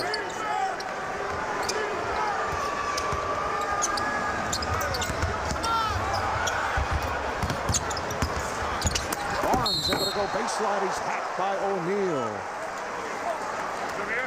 Jermaine looking for block number 5 and call for the foul. Well, this is called a header right here in soccer right there. He was trying to go into the goal. Went off the backboard. You and I can laugh about it, but Stan Van Gundy's not very happy. I mean, Jameer Nelson throws a rocket of a pass about 6 feet away from Gortat. That was a Sandy Koufax delivery. I mean, he couldn't even get his hands up to protect himself.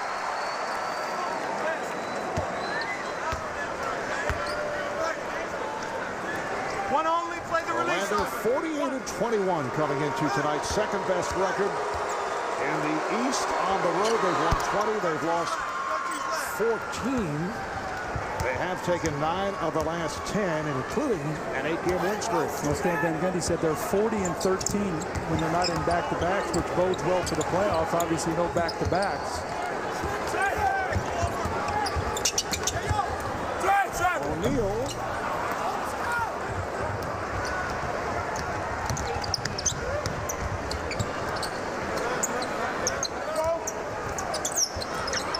Carter from straight away for 3.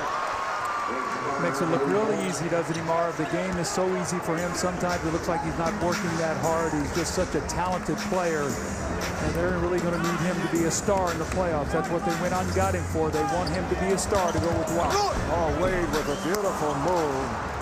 He's able to split between the two Magic players, but the shot was off.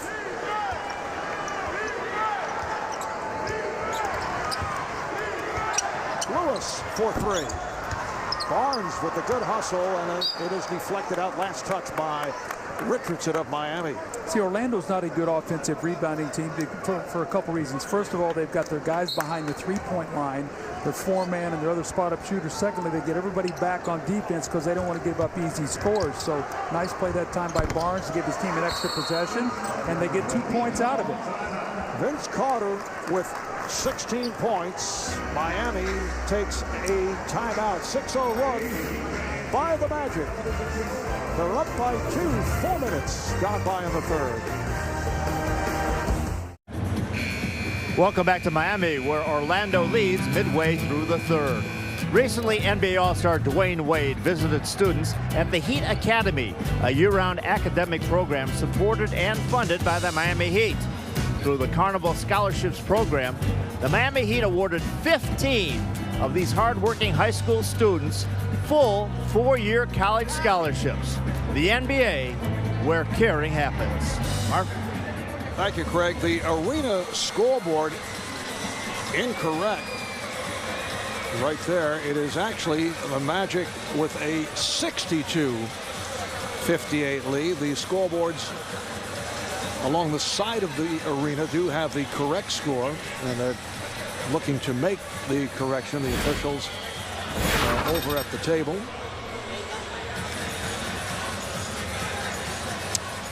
See the two head coaches, Stan Van Gundy and Eric Spoelstra. And apparently the clocks are also wrong. Otherwise, things are just fine.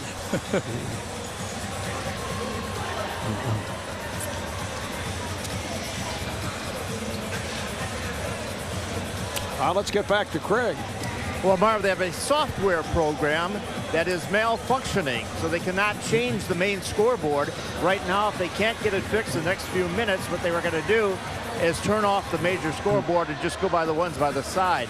But it looks like they are working on it right now, and hopefully they'll have it fixed. Otherwise, we'd have only scores on the side that they would be using because of the software problem upstairs. But apparently we have some great person with the technology that has it fixed. Doug, you just hate it when there's a software problem. Yeah, they just did. They made the change, as Craig indicated. Well, we knew Segs would get to the bottom of it. You see Michael Beasley on the screen there. He's really struggling here once again tonight. Only 1 of 4. He's only played 15 minutes. They need him to get some energy and play well here tonight. He's a big part of this team. They need him to score. Only 3 of 10 the other night, making his return from the thigh injuries. He waited on a recovery as he lost his balance. Beasley working the post. There is Beasley coming up short.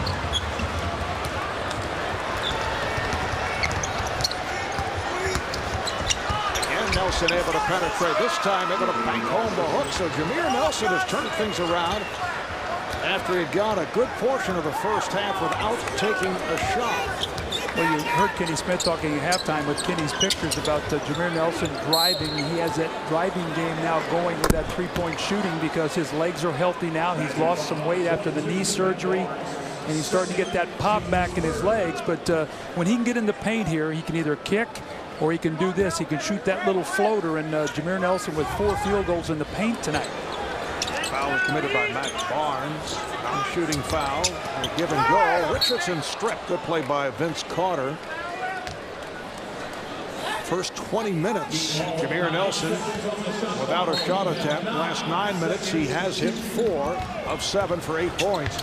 Beasley backs it home. And he's got to go to work. You know, right now he's got to get himself in this game. You know, sometimes you're away with that injury, and you come back, you get a little bit out of sorts. He just got to work himself through this. Michael Beasley, the number 2 overall pick last year's draft behind Derrick Rose.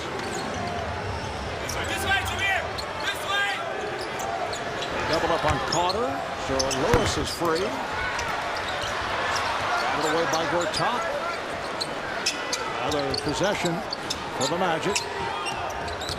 Hurtado to pick and roll, gives it up. Barnes, pass broken up, still plenty of time on the clock. Here's Barnes with the fake on Wade. Yes. Nice play that time, though, by the Orlando Magic. They were very patient. The ball went side to side. Miami actually played good defense. They deflected a couple passes, a little head and shoulder fake by Matt Barnes to get the mid-range jump shot. Beasley. Matt Barnes with the rebound. 10.6 rebounds for Barnes. Carter able to save that pass. You see her exposed to checking the end line to see if Carter stepped out. Now Carter lost it. Last touch by Miami. It's an important time of the game right now for the Miami Heat. You've got Dwight Howard, who's essentially sitting out this entire third quarter. Miami had taken the lead. Now Magic up by 6. So Miami does not want this game to get away from them and have to face Howard coming in fresh in that fourth period. White with 4 fouls. Gortat has 4. Nelson tried to bank it again. Miami down by 6. Wade accelerates. Rebounded by Lewis. So Miami has gone cold here in the third. Carter has a 3-point attack. Rebounded by Lewis. Second consecutive possession that they have had the offensive rebound and another chance.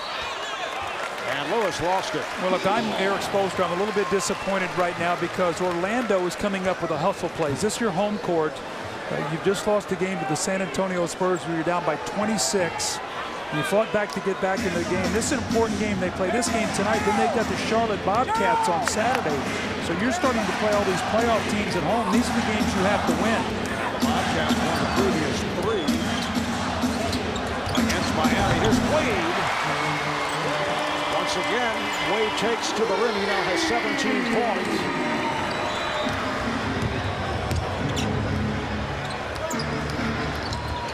Nelson trying to pull it back.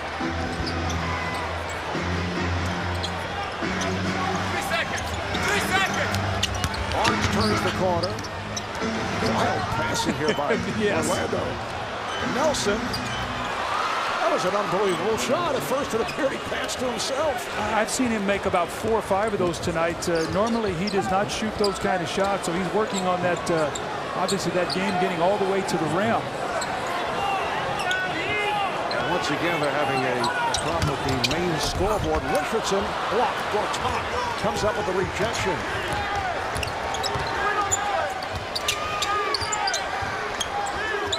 Barnes passed on a 3. And he's fouled. He was pushed along the baseline. You can see on all the closeouts, Miami, what a closeout is when you're running at a shooter and trying to chase him off the line. But these closeouts, Mark, they're forcing everything baseline. They're trying to keep the Magic out of the middle of the floor. Miami's got a lot of deflections. Orlando's made some wild passes here in this quarter. But somehow they've been able to gather themselves and lead by 6. Wade on the foul is second. Miami's second team foul. Darrell Wright played well in the first half, has come back.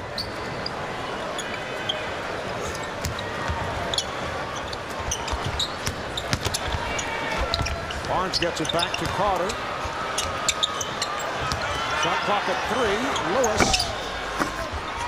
Rebound Barnes. There's that toughness of Matt Barnes. And I said before, Orlando is not a good offensive rebounding team on the season. They get 10 a game, which is 26th in the league.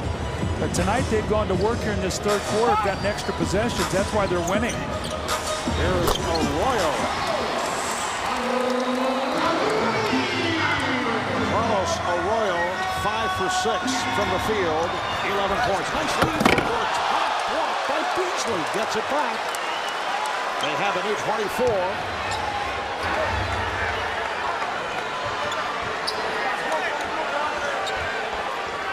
3 minutes to play here in the third. Nelson into the left hand. Gortat had a shot at it. Joel Anthony, who just checked back in, was able to haul in that rebound. Wade. And a 3-second violation called on Miami. Well, Joel Anthony thought that Dwayne Wade was going to take that 3. He's got to understand there in that situation, Wade really does not want to shoot the 3-point shot. Sometimes the extra play there, and you get the violation. That's 6 turnovers now for the Miami Heat. take a look at tonight's United States Marine Corps Teamwork Play of the Game. And we do have a push-ups theme going here, Doug, both outside and inside. Our guys don't miss a thing, do they? And the real Marine Teamwork Play of the Game was a great hustle play by Darrell Wright. He saves the ball back, and then when you make a hustle play like that, many times you become the recipient on the other end. The great play by Darrell Wright, who gave his team a nice lift in that first half, a lot like he did against San Antonio the other day. Darrell Wright in the ball game right now, Mario Chalmers, along with Dwayne Wade, Haslam, and Joel Anthony. And for more Marines Teamwork Play of the Game, log on to NBA.com. J.J. Redick back on the floor. Redick on the move and lost it. Wade with the save. 2.5 to play in the third quarter. 6-point lead for the Magic. It has been close throughout. Wade to the rim. Gortat did not want to pick up number 5. Wade has 19. Now, once he gets ahead of steam up and gets in the paint, I mean, you're either going to foul him or he's going to finish.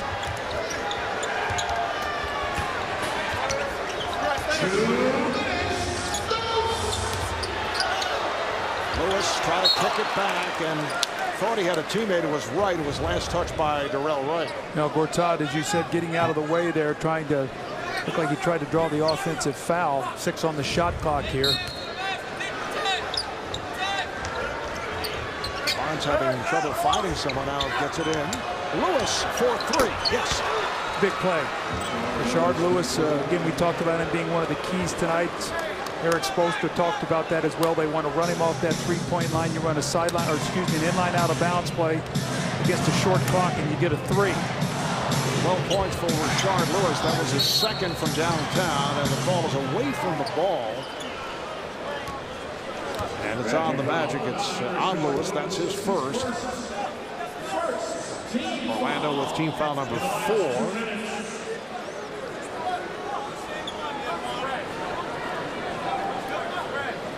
It's a big possession here from Miami. Orlando's trying to close strong. Remember, Howard has been sitting on the bench all but about 30 seconds of this period. He's going to be coming back to start the 4th. Miami needs a hoop. Here's Wade for 3. Yes. Big shot. And they were looking at possibly being down by double digits. Had Orlando gotten a stop, come down and hit a 3, they would have put them back up 10. Now it's back to 4. Jason Williams with a long three-point attack, rebounded by Haslam.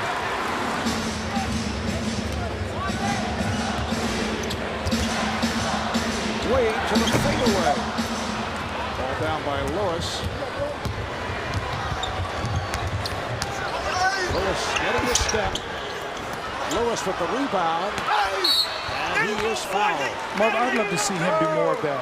I think that he's made himself such a home run threat in Orlando, you know, living on that three-point shot. But Marv, if you look on the season, Rashard Lewis has taken 355 threes and 150 free throws. And he's 6'10", and he has the ability to get to the line. We saw him when he was playing in Seattle, post up a little bit, and I'd love to see him mix up his game a little bit more, because then you get to the line, you make a couple free throws, the game is a lot easier for you.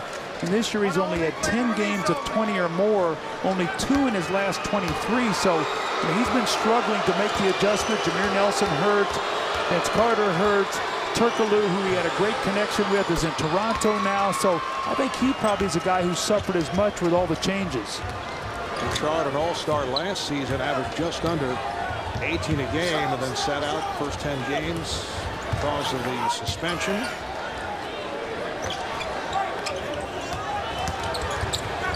Wade lost the dribble. Haslam on the recovery. I think they're going to check Marv to see if there was a change of possession, because they gave him a new shot clock, and I'm not sure there was ever a change of possession on that play. I think it was a software problem. Well, the clock's obviously been off and on here tonight. In fact, the scoreboard once again not working. Ours is, that is the correct score in the right-hand corner. Let's check it to see if there's a change of possession. Does Orlando get possession? They don't. They never come up with possession. There should not be a new clock, so they're going to have to go over here and see how much time is left on this clock. And what you do is you go back to when Rashard Lewis made the free throws at the dead ball, see how much time was on, and then figure out from the shot clock where you should take it down to. But they should not have gotten a new clock there. Look like it's down to about 8. Down to 4, so I mean, that's a big change there right now. I mean, if Orlando could get a stop here, then Marv looks like they're going to get the last shot of the quarter. So you get a stop here and the score, you could go up 8, possibly 9. So let's see if Miami can get a quick shot. White looking to inbound out of 3. Miami turns it over. Barnes is fouled, and will that be a goaltend? That's what Orlando wants. I think Monty McCutcheon said that the defender took that ball to the backboard. If that ball had hit the backboard, it would have been a goaltend. Let's take a look here. Let's see. There's the trip. Does this ball get to the glass? Oh, it did get to the glass. So Terrell Wright there gets away with a goaltend. Stan Van Gundy does not like it. That could have been a possible 3-point play. 2 shots for Barnes.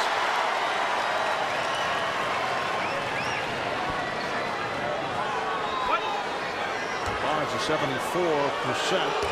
free throw shooter. He has had a very strong game. 13 points, 7 rebounds, 3 assists. Well, they really missed him when he was out. Again, that edginess, that feistiness, that tough defense that he brings. He's a big part of one of the reasons why they have 8 second chance points here in this quarter after only having 2 in the first half. Wade works it down. They can hope for a final shot. Wade changed his mind. Here is Haslam. Yes, beautiful running hook. Final seconds now. Jason Williams.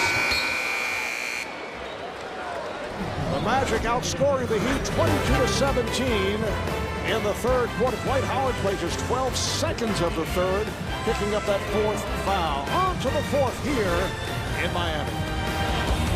As we head to the 4th quarter, Magic with a 76-71 lead on the Heat. The NBA on TNT, presented by the United States Marine Corps. Moments ago, Craig Sager catching up with Miami head coach Erik Spoelstra. Well, Coach Dwight Howard picked up his 4th foul 12 seconds into that quarter. Why weren't you able to take advantage of his absence? Exactly, take care of business down here on the defensive end. It was loose balls, tip balls, offensive rebounds. It's almost like we exhaled. Michael Beasley, 2 out of 7. Doug mentioned you could use a big contribution from him when you go back to the 4th. He can get into the game defensively, making effort plays. It doesn't have to be just about putting the ball in the basket. All right, thanks a lot. Thank you, Mark. Well, just to follow up on that and what Craig was talking about, Michael Beasley in that 20 minutes, he has not gotten to the free throw line, 3 rebounds, no assists. So it's not about the points. He needs to bring his energy and toughness to his team here tonight. This is a big game for them as they're trying to come down the stretch here, getting into the playoffs and improving their seeding. 4th quarter getting underway, and the ball back to Orlando. You see Michael Beasley's numbers, and Erik Spoelstra keeps telling Michael Beasley you have to be an active participant. Yes. In your involvement. That's what he's looking for. Well, sometimes a guy who's a scorer, if he's not scoring, his game lets down in other areas. You've got to pick your energy level up. And here's another offensive rebound. In that 3rd quarter, the Magic were +10 rebounding. Miami was +4 in the first half. Now you're +10 with no Dwight Howard on the floor. That's the disturbing thing if you're Erik Spoelstra. And Howard is back, playing with the 4 fouls. Foul is called on Miami. It was a soft double on Howard. And he felt the contact as Jermaine O'Neal picked up his second. Marv, you sound like a coach there a little bit. Sorry. A soft double. I mean, I don't want Mike to be in that category. Fratello is having his no, little, I mean, please. He's got to be smiling listening to talk about the soft double team. It wasn't me. That was our statistician, Paul Evans, doing an impersonation. O'Neal with the steal.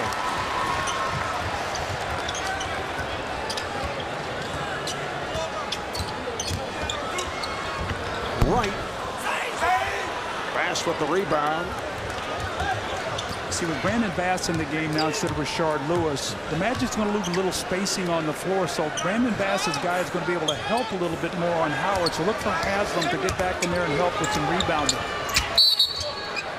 Bass about to take the jumper, and a foul is called on Miami. That's 3 on O'Neal. Craig Sager reporting that Jermaine said he's bothered again by that left ankle.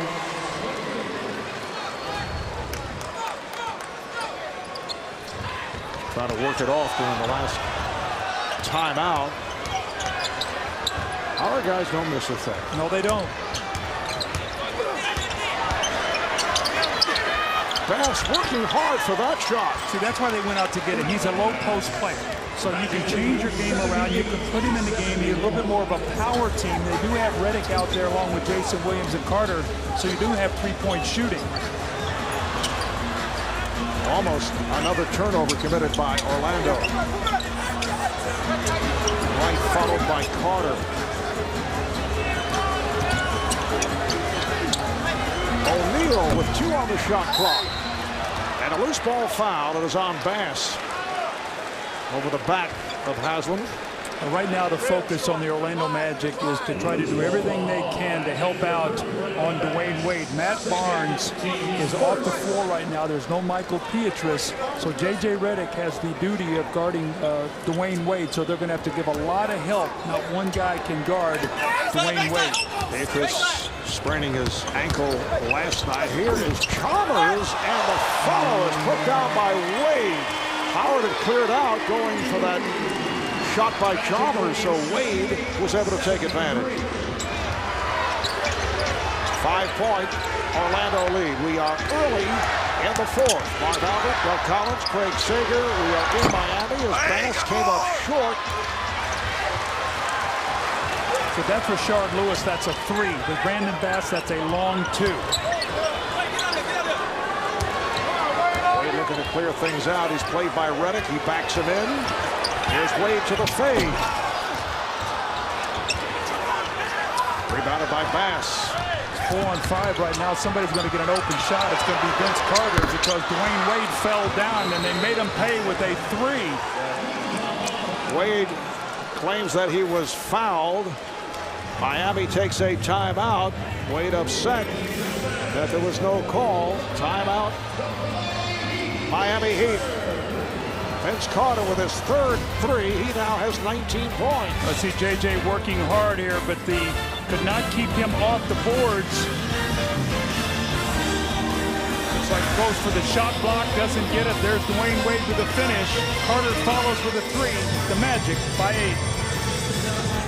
Fuel Max tires help you get there on less gas. Calculate your savings at GoodyearTires.com. And Doug, in the East, there are 5 teams battling for those Final 4 playoff spots, including the Miami Heat. Well, you know, look at the schedule, Lamar. Teams under 500 of their 13 games, 11. So they have the most favorable schedule. The Chicago Bulls have been decimated by injuries. Joakim Noah, Luol Deng, Derrick Rose. They traded John Salmons. And help me out, Mark, to Charlotte. They sent Tyrese Thomas. Correct. So that a lot of their depth is gone. Toronto has been struggling. Milwaukee's been playing great. Now, they had the tough loss last night to the Clippers, but they have a very favorable schedule. Only 6 teams, or excuse me, they have a tough schedule. Only 6 teams under 500. Although at this point of the season, can you say because you're playing teams under 500 that it's necessarily favorable? No, because those teams have nothing to lose. I mean, those will be teams playing free and easy and have a good defensive possession. Marv, only 2 assists here in the second half for Miami. They had 9 in the first half. So they're playing a lot of one-on-one now. The ball is not moving, and they're no longer making shots. Toronto did win last night against Atlanta. They had lost 5 straight and 9 of 10. Yeah, Chris Bosh hit a jump shot with 2 seconds to go to win that game by 1. Howard not able to finish. And the Heat just 3 and 9 combined against the teams that they are chasing for those final playoff spots. Another Miami miss. They are really struggling here in the fourth quarter. Just 1 of 8 from the field. Redick kicks it out. Carter is wide open for 3. Rebound swept by Haslam. Miami has lost the season series already to Charlotte. Wade called for the offensive foul. It's a charge as Redick was able to take the hit. And JJ's done a nice job. Now, with Barnes being out of the game, he's forced Wade to take a couple tough shots, and he read his move perfectly. He knows Wade loves to step left in this situation. And he gets him right in the chest. Dwayne Wade not happy with the call. Coach K is. He would love to see that with J.J. taking that charge like that on Dwayne Wade. That's 4 fouls on Wade. Carter played by Wright, now picked up by O'Neal. Shot clock to 6. Here's Carter. Beautiful move. Got the step. Now, do you think he would have done that 6 weeks ago? I think he would have shot a fading jump shot and made it very difficult. He drove and he finished. Both he and Jameer Nelson both tonight have done a better job of that. Vince Carter with a difficult month of January and most of February because of that sprained shoulder. The tip missed by O'Neal. Comes to Wade. Shoots for 3. Yes.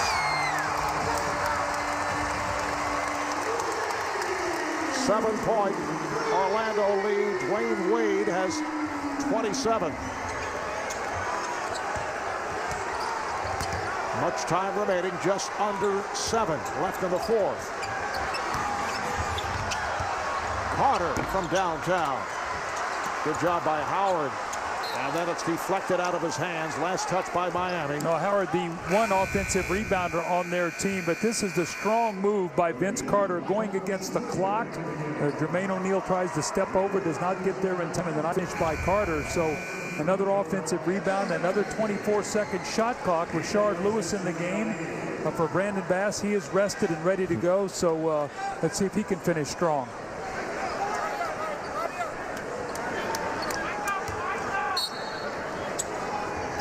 .76 Orlando. They've led by as many as 10. Lewis for 3.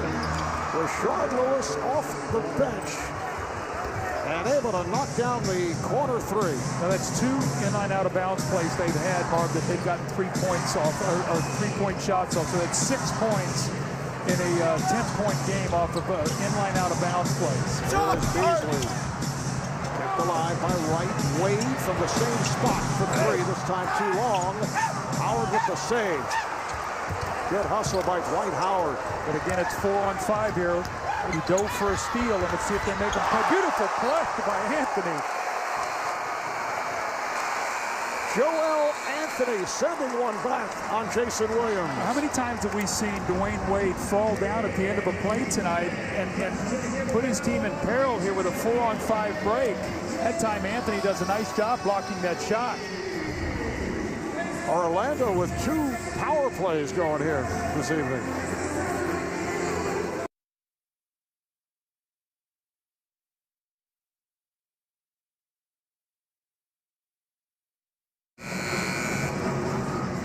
It is time for the Burger King double-double. Let's take a look at Dwight Howard's last 4 seasons.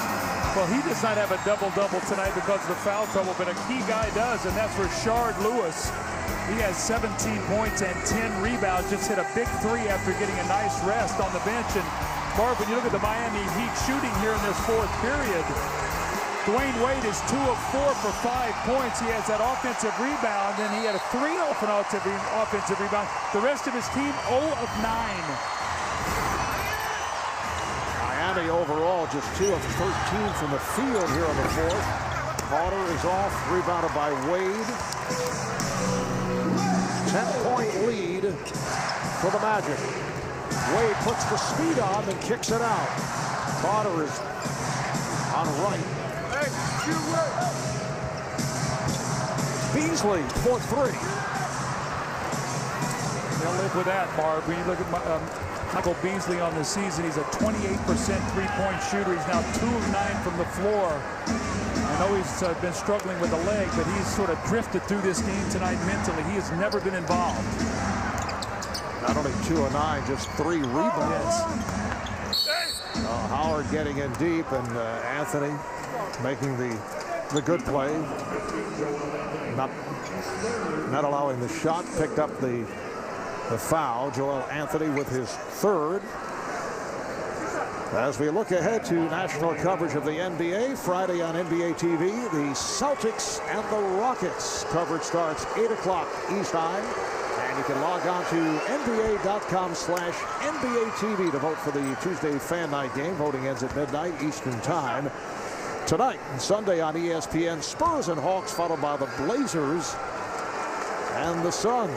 First free throws of this fourth quarter for either team. Howard now 2 of 4 at the line. So the number is 8.7 rebounds in just 22 minutes. Well, we always talk about who's going to help Dwayne Wade here. The rest of his team 0 of 9 in the fourth period. They have 54 points at half as Wright loads up the 3. They only have 22 here in the second half. That's the struggle to score defensively and Orlando's terrific defense. Beautiful pass from Beasley finding Anthony. The Orlando lead is back to 10. The Magic trying to make it 10 wins. The last 11 games, they had that 8-game win streak. The one loss to the Bobcats at home. Nelson rebounded by Wright. While Miami has won 6 of its last 8. And they're now 2 over the 500 mark, 35 and 33 as Chalmers connects from downtown. Well, finally a little help for Dwayne Wade. You get the Joel Anthony dunk, the Chalmers 3, right back in this ball game now, down only 7. Can their defense dig in and get some stops? Foul committed by Wright. That is his second. And fourth team foul called on the Heat. That's one of the things, see, when Dwight Howard gets fouled in the paint, you get a chance to get in that penalty a little sooner. Let's see if the Magic can take advantage of it and get to the line. Just under 4 minutes to play in the fourth. Wright digging in on Carter. Shot clock to 2. Carter. Wade with the lead, and Beasley did not expect it. He just has not been in this game mentally. He just has not been there. Had those things happen, Marv, when you're not sharp, get a chance to make a play there, and he just wasn't able to handle it. It seems Dwayne Wade was upset. Beasley ahead of the field. That was an easy 2. 7-point lead for Orlando. Nelson thought he was fouled. He has to be careful. He already has a technical. And it's a 24-second violation. Good job by the Heat. Well, see, Jameer Nelson was upset. He thought he got fouled. So he gave the ball up at the end of the clock to J.J. Redick, and they just swarmed him. Watch him as he goes over the screen. He felt like the Chalmers got away right there with grabbing his right arm. That would have been 2 free throws and then 14 fouls in the Miami Heat. Oh, Wade saw that coming and nearly hit. Beautiful fake. He got Redick to move into him. Redick with the foul.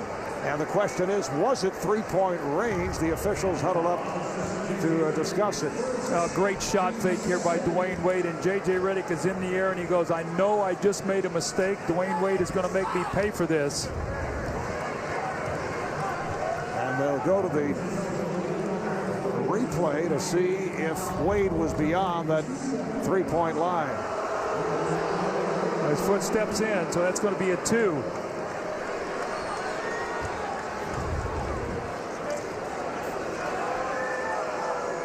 And the lead official, Monty McCutcheon, says yes, it was a 2-point attempt, so Dwayne Wade will have 2 free throws with 3 minutes 7 seconds to play here on the fourth. And Miami trying to come back into it, down now by 7. They trailed moments ago by 12. You know, it's interesting that Stan Van Gundy has kept J.J. Redick in the game. I guess for his offense out there, Matt Barnes on the bench. Matt Barnes has had a very good game tonight, 13 points and 7 rebounds, but he's leaving J.J. Redick out there to be matched up with Dwayne Wade. Wade is now 6 of 6 at the line. Jermaine O'Neal will come on for Joel Anthony. Jermaine O'Neal had an outstanding first half, very quiet second half. 4 blocked shots in the first half. I wonder if that foot is really bothering that he's gone in to get taped, and we saw him stretching a while ago, trying to stay loose.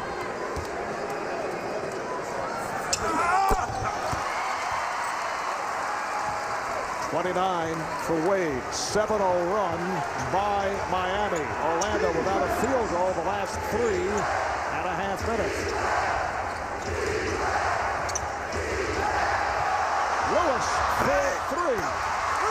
by Wade.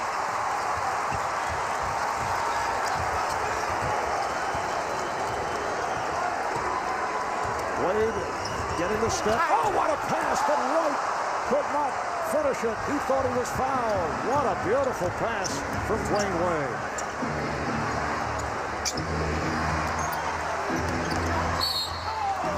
They converge on Howard, and a foul is called. And that will put Dwight Howard at the line. Miami now over the foul limit. 2.5 left. In this fourth quarter, 5-point lead for Orlando. Aerial coverage provided by Goodyear. New Fuel Max tires help you get there on less gas. Calculate your savings at GoodyearTires.com. We'll be back here in Miami in a moment. Back at your keys to the game in our setup at the start of tonight's telecast. Well, Stan worried about a back-to-back. They're 8-8 in back-to-back. They got off to a great start. Shot 63% in the first quarter. Defend the paint. They're +10 in the paint. Three-point shooting. They're +12 from three. And my two wild cards, Lewis tonight, 17 points and 11 rebounds. And then Michael Beasley, 4 points, but only 3 rebounds and 1 assist, 2 turnovers, only 4 points. So if this game holds out the way it is, Orlando holds on to win this game. You can see that they've won most of those categories. This is the first of our TNT doubleheader. Game 2 coming up. New Orleans playing at Denver. Nuggets have won 7 of the last 10 as they battled it out with Dallas for the #2 seed in the Western Conference. Dick Stockton, Reggie Miller, Cheryl Miller will have it for you from the Mile High City as Dwight Howard back at the line. Only a 60% free throw shooter, and now 2 of 5 at the foul line. This is a big shot, obviously, would make it a 6-point lead. 2 threes in would only tie you. Still a lot of time to go in this game. So Howard misses on both. Miami with the ball, down by 5. Matt Barnes has returned, coming out for J.J. Redick. Wade for 3. Beasley able to get to it and lost as Nelson took it out of his hands. Nelson on the move. Rebounded by Wade. Here comes Chalmers. Right. Yes. That's amazing, isn't it? When you miss a layup, how often you pay for it on the other end. It's just, the game is amazing. When you miss an easy shot like that, you always pay for it. 9-0 run for Miami. Lewis for 3. Miami ball, 1:40 to go here in the fourth. The Heat coming back from a 12-point deficit. Chalmers with a deep 3, yes! And the game is tied.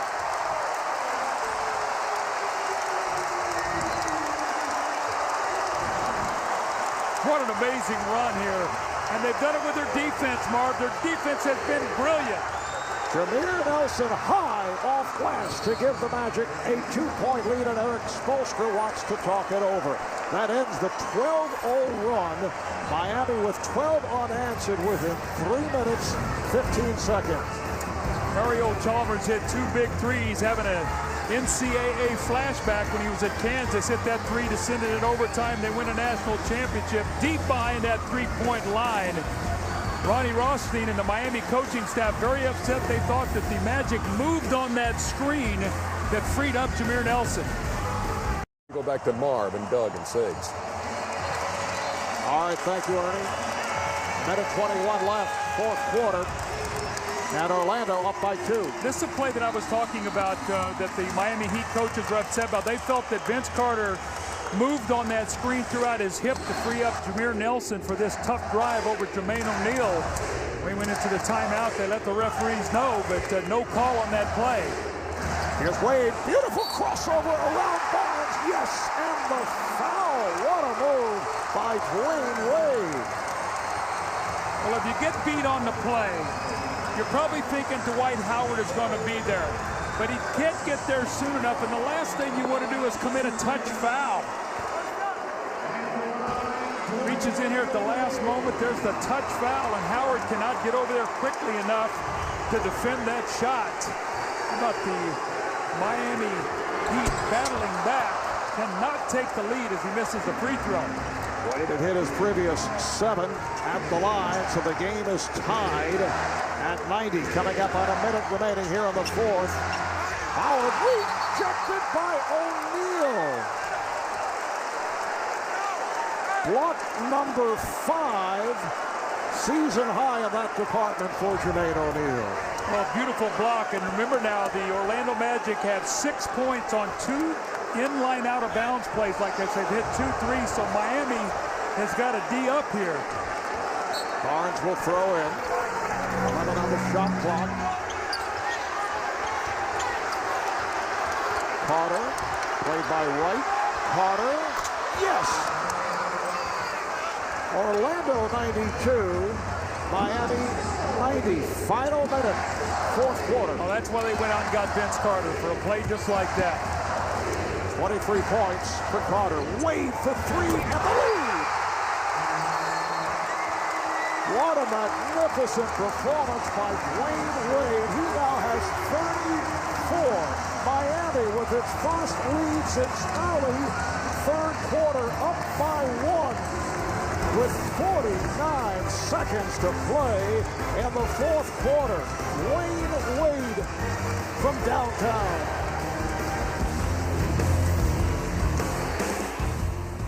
93-92 lead, Miami over Orlando. Both teams have 2 timeouts remaining.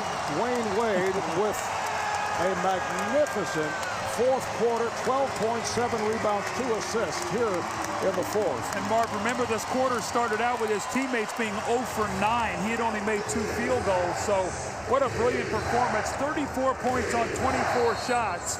Can they get a defensive stop? Carter played by Wade. Here's Carter. Barnes for 3, overshot. Oh, good hustle by Jameer Nelson. Was able to tear it away from Mario Chalmers, and a foul on Chalmers. Both clubs over the foul limit. That's 4 on Chalmers. And Nelson to the line. What a great hustle play by Jameer Nelson. You saw the strength in his hands on that play. Mario Chalmers looks like he had it, and Jameer Nelson just ripped it away from him. Let's see if Jameer Nelson can cash in here with 2 free throws. 84% free throw shooter. First appearance at the line tonight. With 5 minutes remaining here in the fourth, Orlando led 88-76 for their biggest lead of the game. Since then, Miami has outscored Orlando 17-4. We're down to 40 seconds to go. And the game is tied at 93. Well, you know who's going to have the ball? Dwayne Wade. Can Matt Barnes and the Orlando Magic find a way to get it out of his hands or to get a stop? They're going to double team and trap him. Wade gives it up. There is Beasley. And he hits. The guy who all night has not been around, 2 for 9 before he takes that shot. That could be the game winner. Timeout called by Stan Van Gundy. The Heat with a 95-93 lead on the Magic. We'll be right back. Ernie Johnson, quick little game break here to let you know that the Nuggets and the Hornets are underway. Denver with the first 2. A minute gone in that game. We'll take you to Denver as soon as they're done in Miami. We send you back now to Marv Albert. Thank you, Ernie. 27 seconds remaining here in the fourth quarter. 95-93. Miami with the lead over Orlando, and the Magic in possession. Well, defend the three-point line. A 3 beats you. A 2 only ties you, so don't give up any open threes. 2-second differential between game clock and shot clock. Carter comes off the pick. Nelson pulls it back on Chalmers and hits. Jameer Nelson with a clutch shot. Tied at 95. We're down to 10 seconds. They'll play it out. Down to 5. Beasley with the move, rejected by Howard. It'll be Miami ball. Now, Miami's going to get a break here, Marv. That ball was tipped. What were they calling? That ball was blocked. Well, first they were saying, no, it's Orlando ball, but it'll be Miami's side out, I would think. But see, I think they might be going to get a break here because I think with that ball hitting the stanchion, they're going to get it on the side rather than underneath, so they'll be able to see more of the court. But you saw what they did on that play, Marv. They just ran Rashard Lewis in a pre-trap. They ran at him early. There's the block shot and hits the back of the stanchion right there. See, initially they didn't see it hit the stanchion and they thought that the Orlando Magic had saved the ball. So the referees got together, conferred, and got the call right.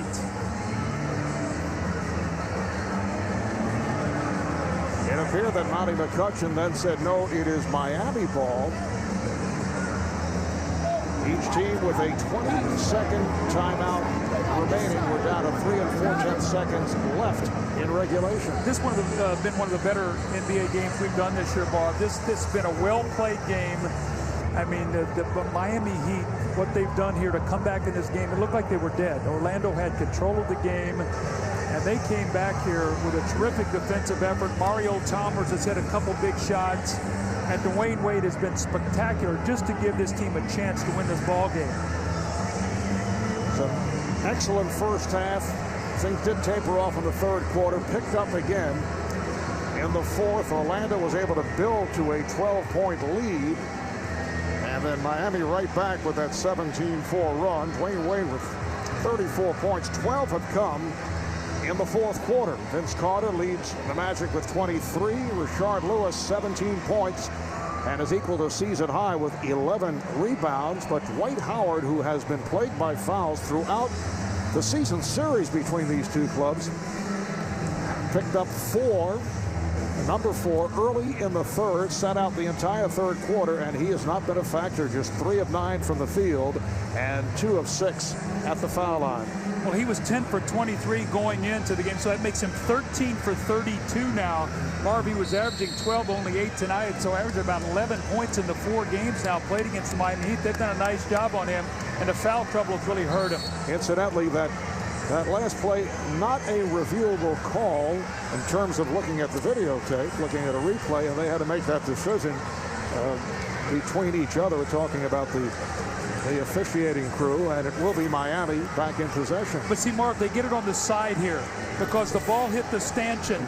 I think it's going to be a little easier place for them to find it. They're going to be able to see more of the floor than if they were pinned in underneath the basket. The game is tied at 95.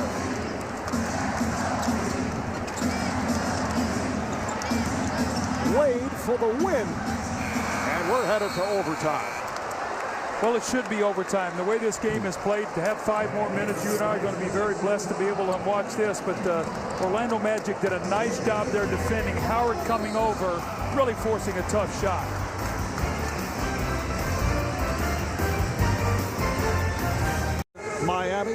Orlando and Miami tied at 95. We've had 13 ties, 12 lead changes. Dwayne Wade, outstanding with 34 points, 9 rebounds. Dwight Howard in foul trouble, just 3 of 9, 8 points, 2 of 6 at the line. For Orlando, only their second overtime game of the season. They had a win at Charlotte early on.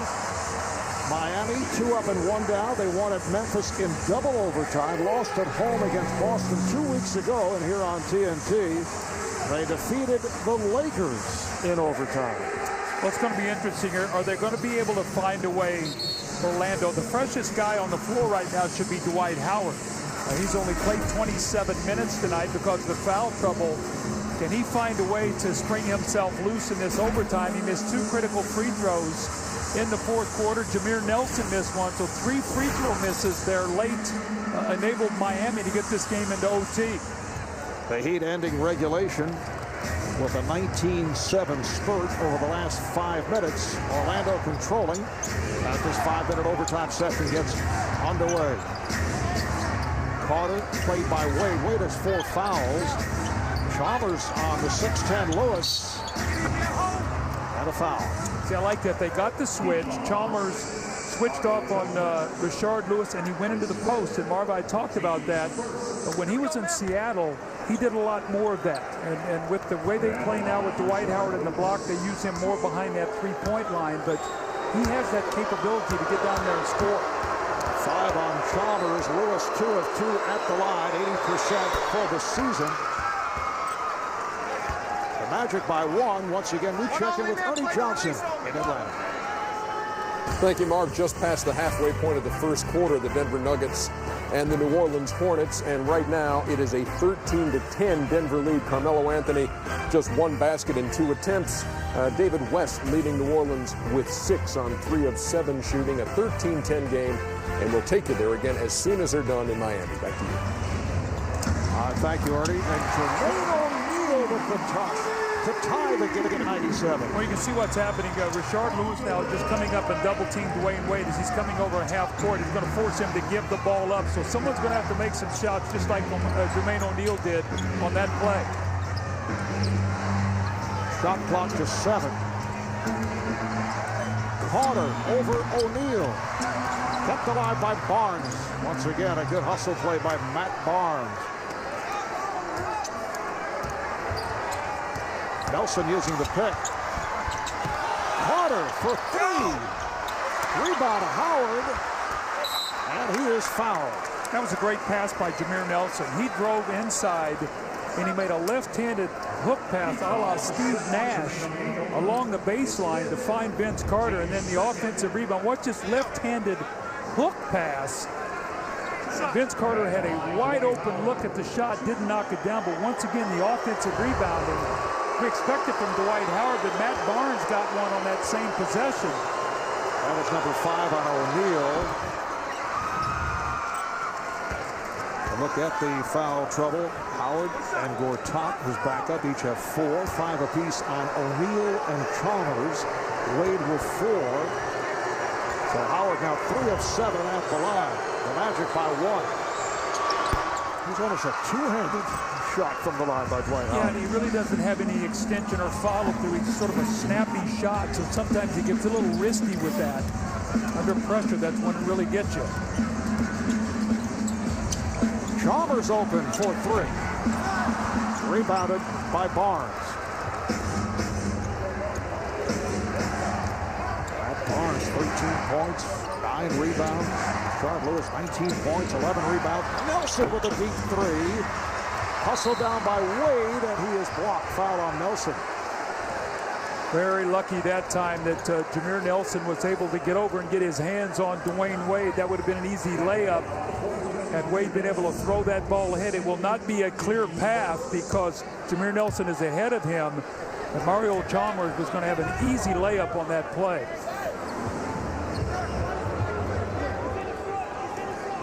.320 left in the 5-minute overtime. 99-97 Orlando. Marv Albert, Doug Collins, Craig Sager. We're in American Airlines Arena in South Florida. Here's Beasley off the setup from Wade and a foul. So Beasley to the line. We can see what looks like it's going to be a technical foul here on Dwight Howard. That'll be his 15th, right, Marv? 1 away from a suspension. Well, it's number 5 for the night, and yes, number 15, as he had something to say, and what an inopportune time to pick up a technical. 3 free throws now. This is, you can't this. Clearly came down on his arm, and you watch him right here as he throws the ball up, and when it goes over your head like that, they're not going to give you the benefit of the doubt. But Darrell Wright steps up and makes the technical foul, and you see Stan Van Gundy say, calm down. But now Beasley will have 2 free throws to give the Miami Heat the lead.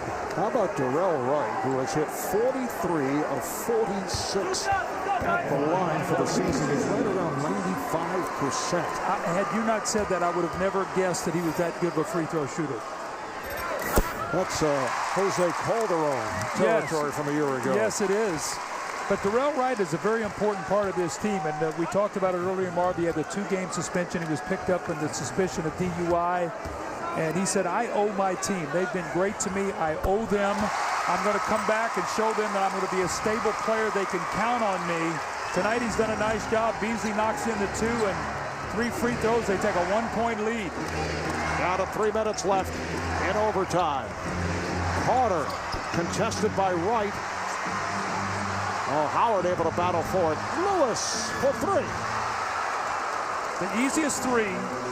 Off the bound, relocate, kick it out. Now they say a 2. He had a long 2, okay. Foot on the line. Magic by 1. Wade for 3. Now Wade is not a guy who excels from three-point land, although he's hit a couple here tonight. He's just 29% shooting at 3, but that's the way things have gone for him this evening. Got to be getting a little tired, too. I mean, he's played heavy minutes, and, I mean, he just put this team on his shoulders to bring them back. Carter, he is fouled, yes, and it counts. The foul on Wright. Vince Carter with a back-end move, a strong move, was able to hit.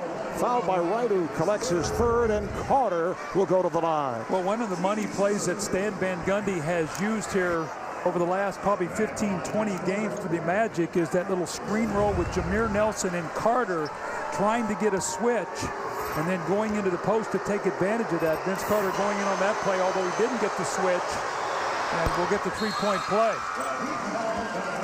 26 points for Vince Carter. 4-point Orlando lead.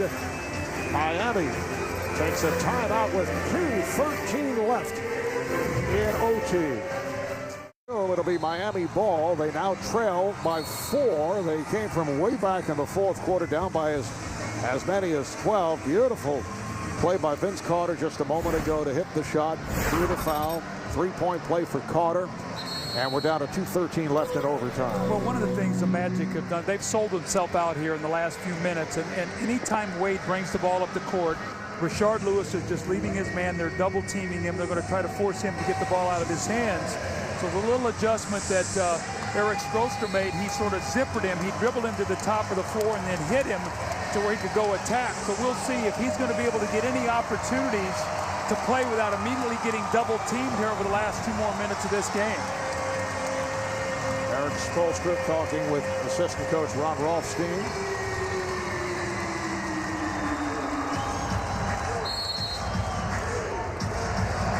Miami remains the same. Chalmers playing at the 5. Wade watched by Barnes. Wright for 3. The tip missed by Beasley, but able to control. O'Neal rebounded by Nelson. That's exactly what Orlando wants. They want somebody other than Dwayne Wade beating them right now. That's good basketball. There's that pick and roll once again with Carter and Jameer Nelson.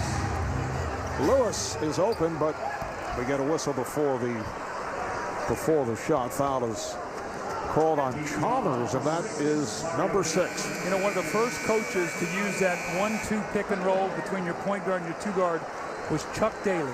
When Chuck Daly played for the Detroit Pistons, he used to run that with Joe Dumars and Isaiah Thomas all the time, and it was a tough play to try to guard. Vince Carter back to the line with 1:36 remaining in overtime. Again, we check in with Ernie Johnson in Atlanta.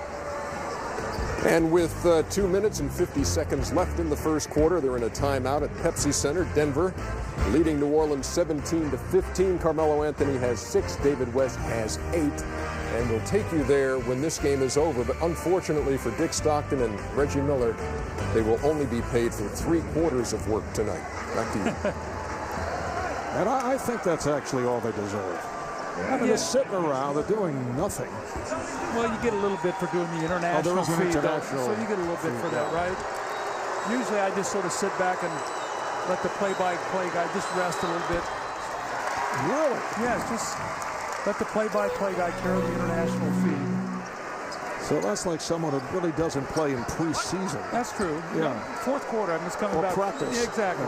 Practice, I know. Vince Carter upset with himself for missing that first, but hits 1 of 2. And Orlando now leads at 105-100. And Miami taking that timeout. They are down to 1 timeout remaining. It's a 5-point Magic lead. They have taken command here in overtime. And you see the Heat with one timeout left. Miami has won 6 of its last 8. They are home for Charlotte to finish up the 6-game homestand. That's coming up Saturday night. Monday at New Jersey. Next Thursday at Chicago. So 3 straight on the road. In fact, they have 6 of 7 on the road after this homestand. And you can see all those teams other than New Jersey are in that 5 to 9 spot. That's why it's going to be so important how you finish this season. Here is Wade kicking it out. Quentin Richardson has come on for Mario Chalmers. Quentin's been sitting a long time. Here's Beasley, lost it, put it on the floor and was stripped. We're down to 1:10 left in overtime. Nelson. Orlando in no hurry with the 5-point lead. Now Nelson fires for 3. And Miami has to push it here. Time is running out. Final minute. Down by 5. Wade to the rim. Draws the foul. So he will shoot 2. Well, the last thing that Stan Van Gundy wants is a touch foul for a 3-point play. You get him inside, Marv, you get him inside the 3-point line, make him take a tough 2. He reached in and got the foul.